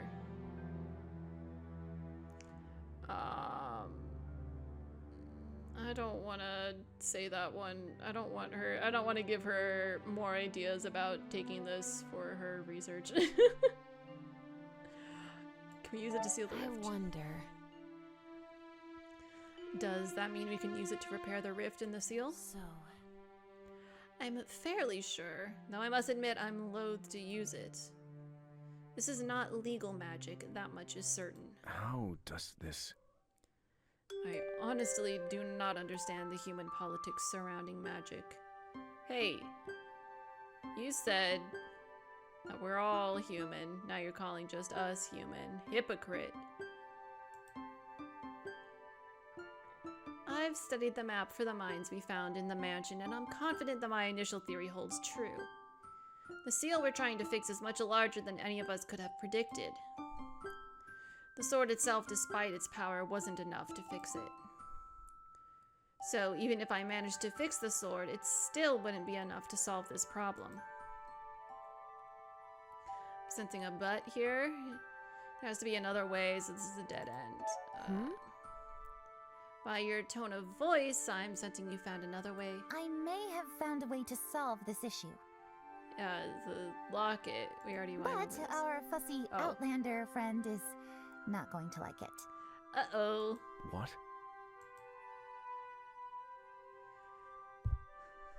The sword in itself is not powerful enough, but if we were to combine it with the spirit locket and tap into the power of the demons you have sealed away, maybe even add a few more, I think it might be just enough.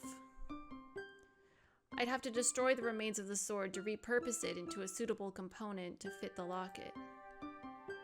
And I'm fairly sure I won't be able to, how should I say this? Put it back the way it was when we're done. You're going to destroy it? Absolutely not. No way. I told you you weren't going to like it. Look, I don't care anyway. The less work I do on this thing, the better, honestly. We could just use more demon spirits instead of relying on the sword. We'd have to capture those demons, of course, and make sure our alchemist isn't killed in the process. Kaden looks away in silence. The sword would put us ahead, and I was under the impression that we were under a strict time schedule, so... What do you think? Kaden sighs and looks to you. Oh no! I can't make the decision for you.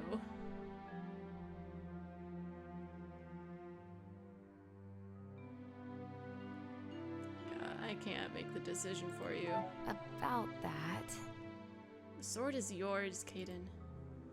I can't possibly begin to understand what it means to you or your people. The decision is yours to make. Anne looks away.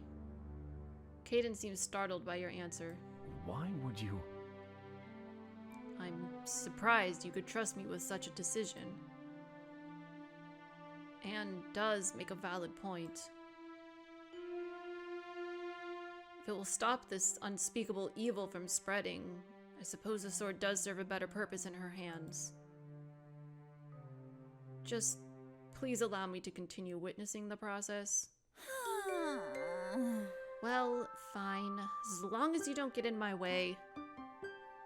Actually, this might work out brilliantly.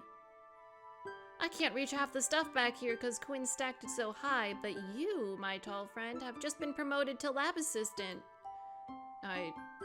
What? Alright, have fun! I'll be going then. Rather assistant than subject, like me. Let's see, have fun. Well, that's my cue to get out of here before assistant is promoted to guinea pig. Have fun, Kaden. What?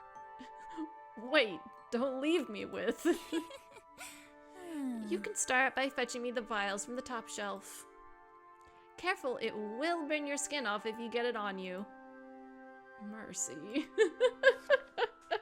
You know, when I first saw you, you seemed rather intimidating. Almost like a taller Victoria.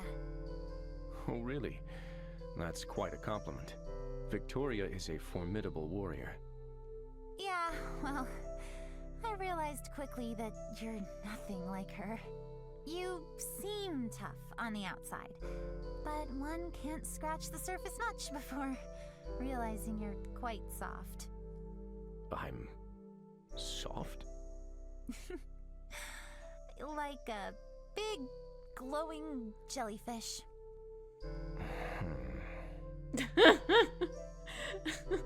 And we'll just not leave Caden alone. Poor Caden. I see in chat, R.I.P. Caden. F's in chat for Caden. And then you're nothing like her. Good. I know, right? Alright, so we can talk to Anne again at the flower shop. Probably not that, since we just talked to her. Caden at the market. I mean, we just also talked to him. So maybe we'll check out what's going on. Oh, we can look for demons with Victoria and Michael. I feel like Elizabeth is just gonna be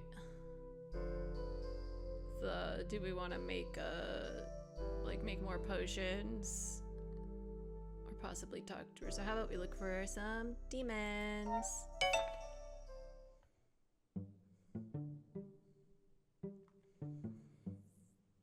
Victoria is already waiting for you and Mime when you leave the alchemy shop, and she gives you a curt nod when you approach. Are you two ready?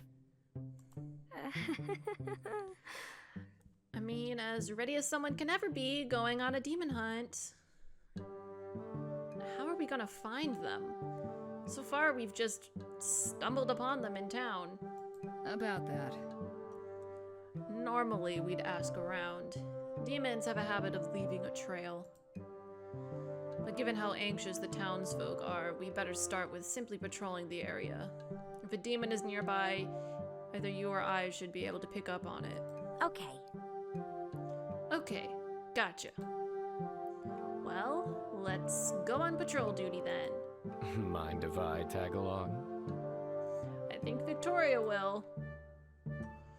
Michael comes out of the shop wearing his usual lazy grin, and Victoria glares at him suspiciously. Michael, I swear. Just what are you planning? Nothing too nefarious, I can assure you. I thought I might lend a hand and sate my curiosity as to how a former demon huntress works. You could call it a personal interest for self-preservation. If I tell you no, then you're just going to follow us around anyway, correct? Sure thing. You know me so well. Fine. Fine. Stick around where I can see you. This'll be fun. I see. Nothing out of the ordinary here. Nothing here either.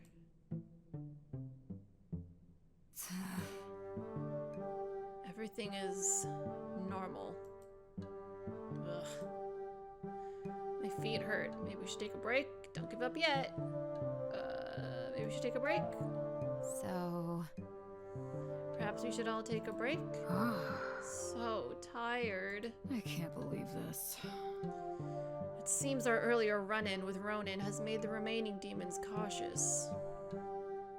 They won't just mindlessly attack like before, leaving us without any leads. Really? You think Ronan and the demons might be working together? That sounds really dangerous. Look. I have never experienced demons working together. They're vengeful creatures only out to fulfill their own sick desires. Oh, really? Shows just how much you know about spirits, then. Explain yourself, mage. Look. Demon is just a term we in the Empire use to describe a spirit that has lost its way and become distorted. There are, however, many types of spirits in the world. Many who work alone, but some who don't. Tell me more, short version. I wonder... Please continue. Thank you. You see, spirits can generally be divided into 4 different types.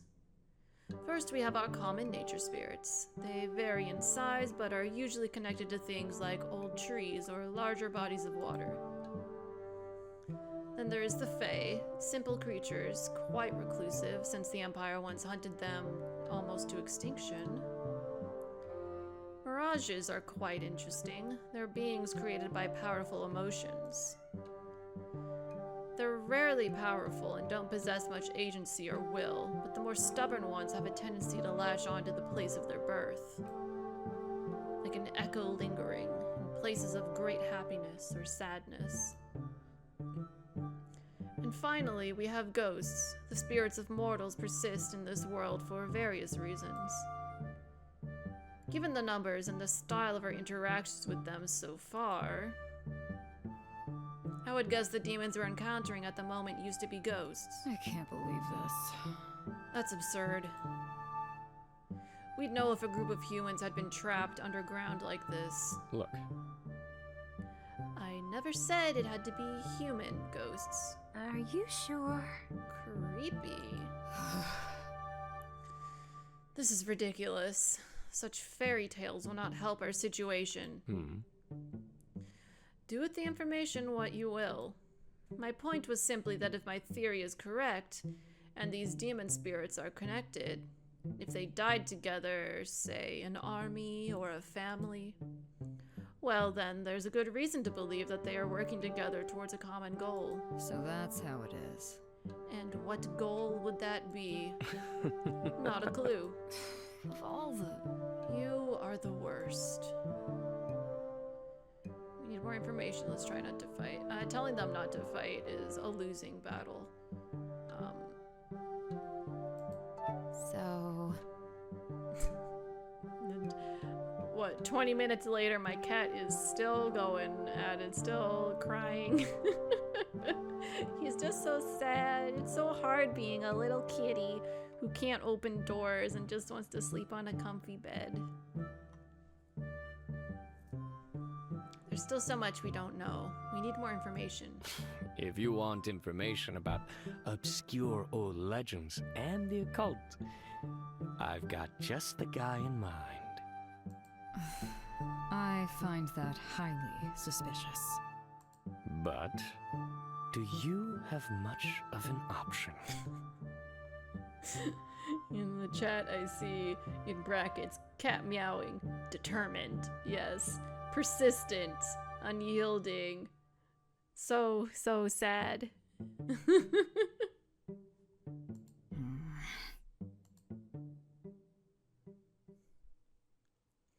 The tavern is fairly empty so early in the day. I swear, Michael, if you brought us here to get drunk, I will... What is this, Michael? Back for another story? This guy. A strange man walks up to your group, his thick round glasses gleaming in the candlelight as he glares pointedly at Michael. He seems familiar to you. I might be. We're in a bit of a predicament, and I believe you have just the hints we need to move forward. You know the rules. No spoilers. You're that bard. A friend of yours, Michael? Or who are you? Oh, I remember you. You're the bard who was telling stories to the kids in the town square. Ah, yes. I remember you seem to be quite enthralled yourself. I appreciate an attentive audience. I believe we have not yet been introduced. My apologies. You may call me Rune. I am a bard who lives to tell stories, and tells stories to make a living. The Guild of Bards is an ancient group of performers and storytellers. They guard over many of this world's greatest secrets. Getting them to tell those secrets is the tricky part. Of course. Every story can be told. For a price. You don't happen to have any stories about this area? Of Anemone Valley? Anemone? That's how you say it? Anemone?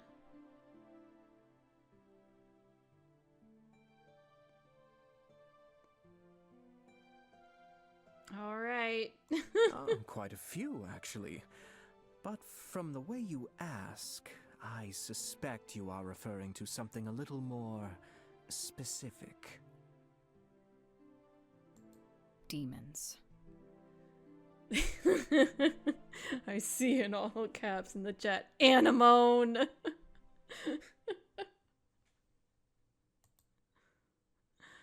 Rune raises a brow, glancing Michael's way. I see. Are you able to help us? I think I know what you're looking for. Mm-hmm. But are you willing to pay? I don't have a lot of money. We'll pay you. I'm sure we can work something out. We don't have a lot of money, but I'm sure we can work something out. Spoken like a true diplomat. You're an alchemist, right? What about a potion in return for a story? Sure. I used to know this alchemist in another city who made a glasses polishing remedy that would last all day. No smudges, just clear eyesight. I am all out and won't be going back for quite a while. Bring me something like that, and I'll share my knowledge. The bard leaves and Victoria sighs, crossing her arms over her chest. I can't believe this. Guess we'll have to drop by Elizabeth for this. How troublesome. Huh. You're complying with his request without objections. I've seen you shake down far less eccentric personalities for information. How come? About that. I'm kind of curious as well. I was sure you were gonna draw your sword on him. I don't handle every interaction with violence. Press X to doubt. You may not actually handle every interaction with violence, but it does seem to be your preferred choice and what you how you try to handle most interactions. You might get stopped from actually being violent, but it seems to be your go-to.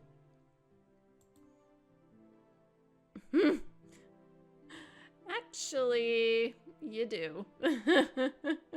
Maybe not every interaction, but I'm just gonna be deadpan and say you do. You do, though. You really do. Victoria glares at you hotly. About that. I'm not so foolish as to antagonize the Guild of Bards. How curious. I didn't take you for the superstitious type. So... It has nothing to do with being superstitious. It's a well-known fact that you play by the rules of those protected by the patron of the arts, or you face the consequences. That seems odd. I'm so confused. What are you guys talking about? The patron of storytellers, the Nightingale, an old god who's known to be rather mischievous towards those who wrong his charges. Once, a farmer in my home village refused to let a traveling bard seek shelter for the night in his barn. A week later, his fields flooded, the barn burned, and the road he used to reach the village was mysteriously overtaken by dandelions. The accidents only stopped after he went and made the proper sacrifices, asking forgiveness for his wrongdoing. Coincidence? That sounds bad. Dandelions? Really?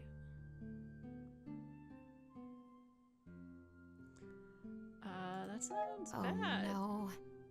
That sounds really bad. Yes, let's not risk that. Alchemy shop is already in shambles. Do not need it to get worse. Indeed. Well, isn't this neat? Well, I, for one, find it very encouraging that even a knight of the Empire respects the wrath of the old gods.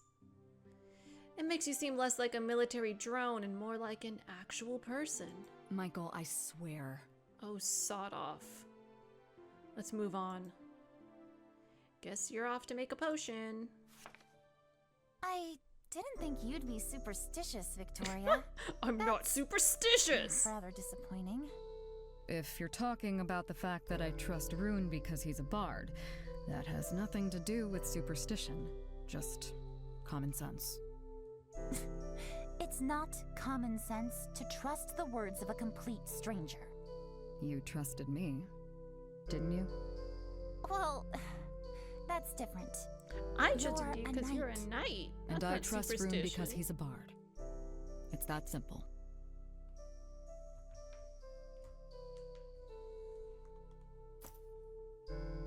Yeah, lay off, Anne. Okay. Visit Elizabeth. Welcome back. Hello there, Kit. What can I help you with? I need to clean some glasses, as in the type you wear, So, not the type you drink out of. Although, I mean, maybe it'd work for both. So, I've got an odd request. A cleaning potion that keeps a pair of glasses clean all day? How curious. That is indeed an odd request. I thought you were hunting demons. So did I. We'll get there. It's all part of my master plan. We'll get there. about that. That's the plan, yeah, but we need this potion to get to that. I see. Running errands for someone, are we? Seems like the job of a hero hasn't changed much since my youth. That's such a specific request, though. This is most curious. How so? Is it even possible? Give him soap and call it a day? Let's see how so. Huh? Why is that so curious? Really be. Because I already know of just such a remedy. One of my friends long ago wore spectacles, and I spent weeks perfecting a potion so she could... Well, that's not important. It just strikes me as incredibly lucky that your patron asked for this one specifically. I can show you how to make it easily. However, we need ingredients because I'm off to Quinn's, more errands. We need some special ingredients? Yes. Right. You should be able to get what we need from Quinn. Do say hi to them for me. Alright. I'll be off then. That's Very all. well. Take care. To hide behind a smile. It's such an odd topsider phrase. I never quite understood it. But I think I might get it now. Pardon? There are those among my people who wish to hide the glow of their markings. Not to stay hidden, but to hide certain emotions they might not want others to see. Hiding your light takes years of practice. So, some instead burn brighter, latching onto one specific emotion and using that light to obfuscate whatever might really be there. To hide behind a smile. It's interesting to know topsiders do the same thing. I feel oddly attacked right now. I mean, if you're taking it personally, Michael, that's on you. But also dramatic backstory. Hinting at one. It's almost like all our companions have dramatic backstories or something. In a fantasy story? No. Let's visit Quinn. What can I do for you today? Hi, Kit. How can I help you today? Oh. Let's talk about the forest again. So about the wilted forest. Anne has already filled me in on the failed ritual. It's quite unfortunate, but explains the results I got from the soil earlier. The life of the forest was simply sucked out, and the earth was left barren. I'm afraid nothing will grow there for many years to come. must be something we can do. That's horrible. It's just plants. Let's not say that to the plant person. I can't believe this. That can't possibly be the end of it. There must be some way to fix it. Actually, It might be possible to use nature magic to return life to the soil. I've never actually tackled such a large-scale project before. It's quite a bit out of my jurisdiction, so to say. Well, gotta be a first time for everything. It can't get worse. I believe in you. Don't give up. I'll say, I believe in you. That's great. If there's anyone who can do it, it's you, Quinn. I'm sure of it. I appreciate your confidence in me. All right, I'll give it a go. What's the harm in trying? Of course. Yeah, that's the spirit. And I see in the chat, dramatic backstories? In our dramatic fantasy story, it's more likely than you think. And then, it's just plants. I'll fight you. I could use your help, though. There are some alchemical potions I'm familiar with from back at college that might speed up the process. Hell yeah, I'll help. I'll do it. I can help out. What do you need? Thank you. Thank you so much. Okay, so what do we need? I suppose for the base of the spell, I could really use a strong fertilizer. Do you think you could brew some for me? You've got it. Okay. Sure, I'll see what I can whip up back at the shop. Thank you. Just swing by whenever you have the potion, then I'll get started. Also I need supplies. Elizabeth sent me for more supplies again. We're making another potion. What do you need? Let me see what she needs. Quinn looks through the list and frowns. I'm getting some interesting orders from you lately. I have some of this, but I'm afraid I just sold my last lilies right before you came in. You gotta be kidding me. This feels like a bad joke. What did they look like? This feels like a bad joke. I feel like there's someone somewhere watching us and getting a good laugh out of this. That's crazy, though. It's not like anyone could have predicted that all of this would happen, right? Anyway, can you tell us who bought the flowers, Quinn? It was a young boy who came by to purchase them. A young boy? I know a young boy. Light hair, red eyes, a general look of lost puppy. Really? That sounds just like Kim, doesn't it? Where did he go? Ah, so that's how it is. I saw him heading out of town and into the forest. Let's go! We might still catch him if we're quick. Lucky for us, or right, guess we don't have a choice. Just say right. That's great. Let's go find him. Take care. Take care, you two. Mime. About the forest. I'm truly sorry. Caden, you know I don't blame you for any of that. But your home, I destroyed it. Took it away from you. I can never repent for... Sure you can. We're all here because we're trying to fix things, right? Even so, I'm still sorry. Oh. Sigh. In the chat, there's only one young boy in the whole town. Yep.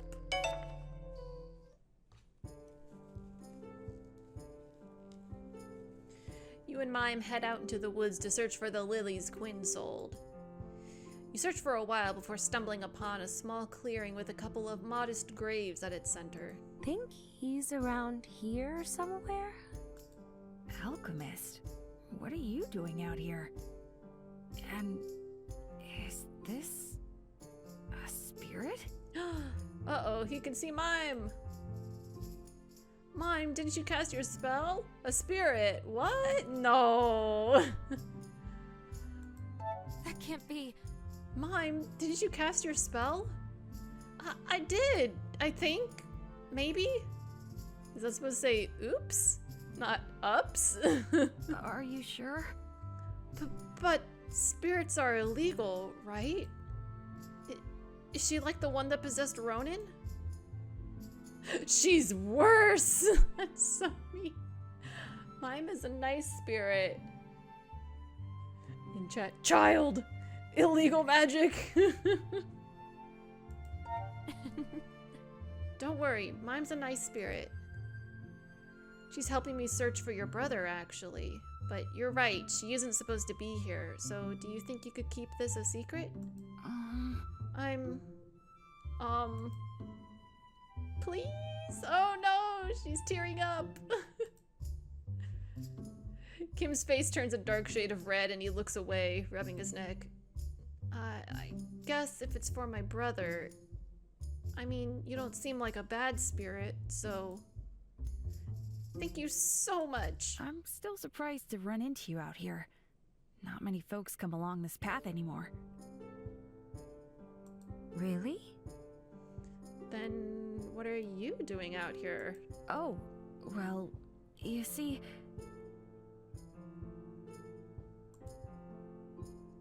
Kim holds up the bouquet of flowers with a sad smile. I'm visiting my parents. He motions to the graves in the clearing, and Mime deflates. Oh, I'm sorry. Don't be. They died when I was very young, so I don't really remember them much. For all my life, it's been Ronan who's taken care of me. He doesn't like coming here, though. He says it's a waste to cling to the past like that, but I don't know. In the chat, steal the grave flowers, but not actually. I mean, maybe we can ask, do we need all of them? Like, can we just take one flower? Like, how many do we need? I heard that putting lilies on a grave allows you to connect to the dead buried there. I was gonna ask them if they could help me bring Ronan back.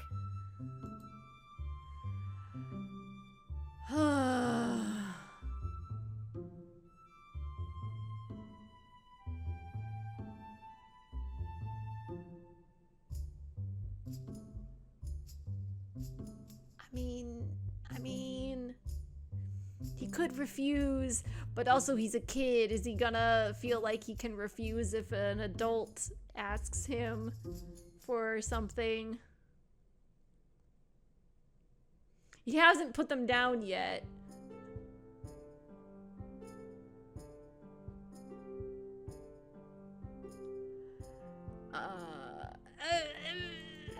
So... Yeah, about Ronan. I actually came out here because I heard from Quinn that you bought these flowers. I'm very sorry, but I really need them for a potion. Would it be possible for me to have them? But... Oh, but then I won't have anything to put on my parents' graves. Will this potion really be helping my brother?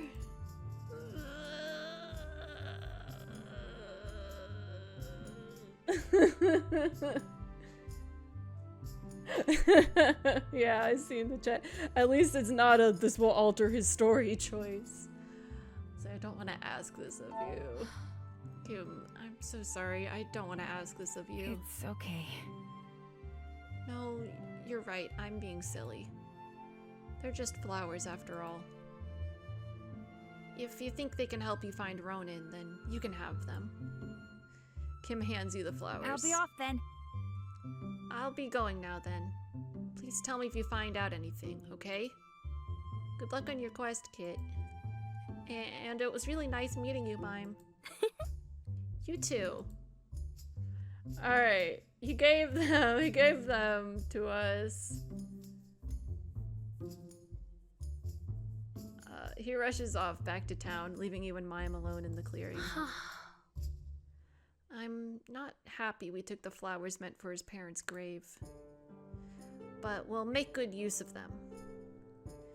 We have to know that Kim's put his trust in us. We'll get him his brother back. So, you brought the alchemist back to life and somehow linked your souls together in the process? How? Mostly by accident, really. I was trying to help and it just sorta happened. Fascinating. If I wasn't preoccupied with my current project, then looking into this spirit resurrection could be another viable option. I'm certain plenty of high-ranking nobles would be interested in procuring such research. However, I suppose the side effects might be too much, even for them. Side effects? Oh, wait, you're talking about me? Gotcha.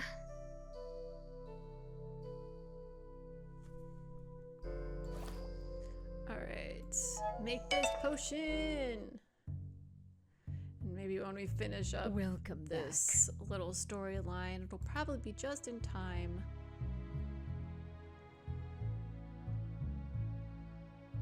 Quinn does also need fertilizer. How about we make that as well?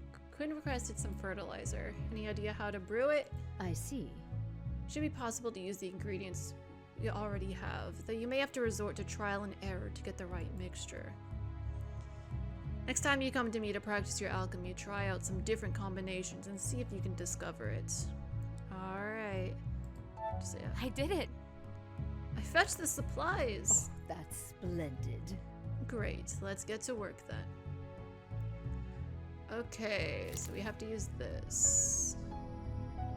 For sure. Okay, we do that. We put that there, and... Oh. Is that one of the symbols we need? No. Oh, it doesn't have the rose? Yes. Oh, Okay. Hold on. Because if we do that, it'll put that ingredient in the center, which is a volatile ingredient, and it'll explode on us. Okay, so how about we do that? Okay. Another discovery! Hell yeah. Well done. There you go. A potion that keeps glasses clean. I hope your friend will be happy with the results. I'm sure he will. He better be. As long as he coughs up the deets. I'm sure he will. I'm sure he'll appreciate it. Okay, I was gonna make the fertilizer, but it booted us back to the map, so we'll just go to the tavern. Ah, so you have returned. You better appreciate this, because I took flowers a kid was gonna put on his dead parents' graves. Did you succeed in your little quest?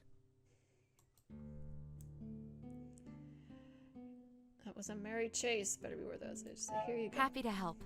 Here you go. Thank you. Very much.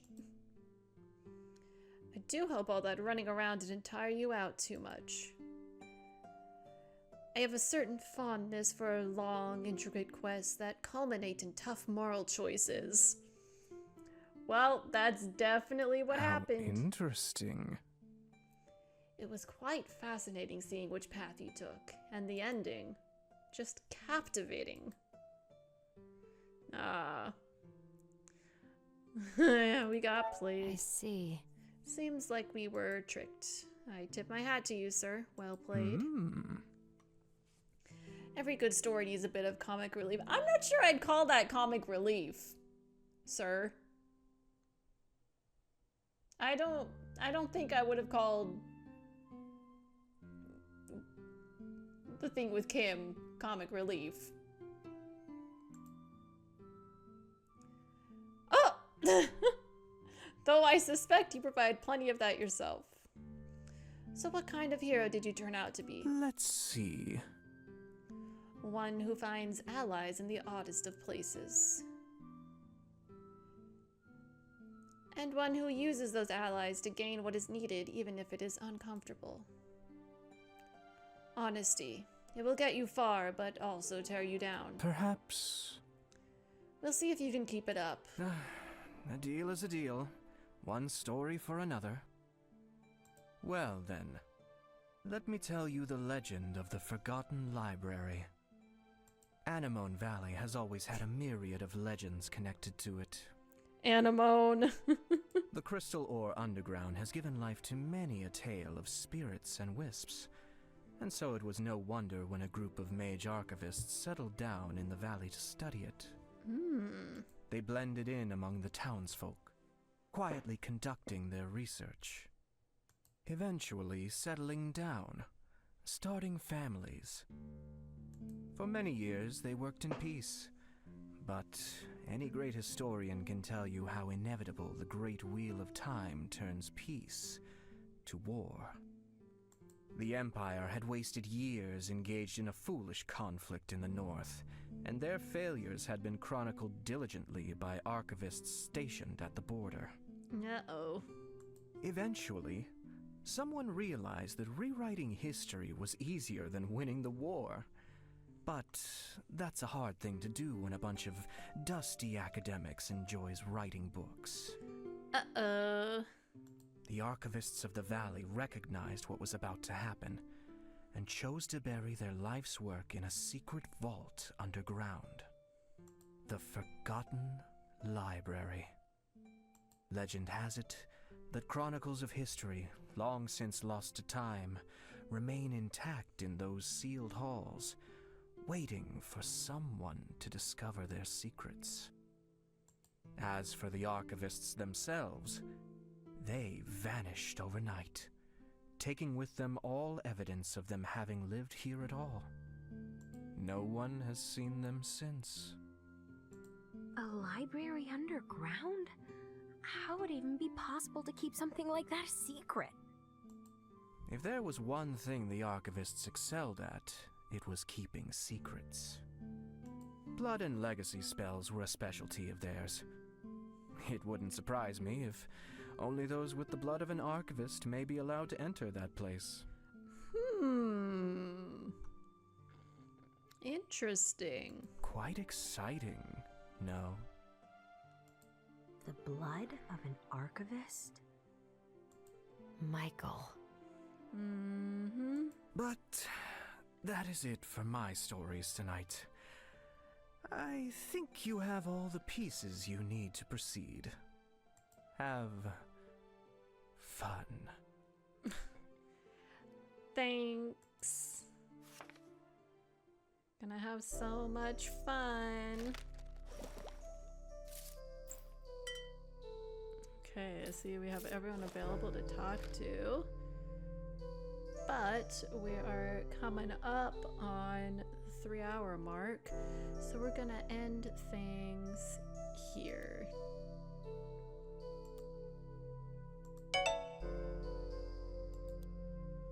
Curious if... Oh, okay, so we do have some different things written about them. Maybe I'll go through these really quickly because I never actually read them out. So for Anne, we've got a recent graduate from the Seen Winds Academy. She's in town to study magically powered artifacts, and you managed to convince her to assist with your investigation in return of her being allowed to study your spirit locket.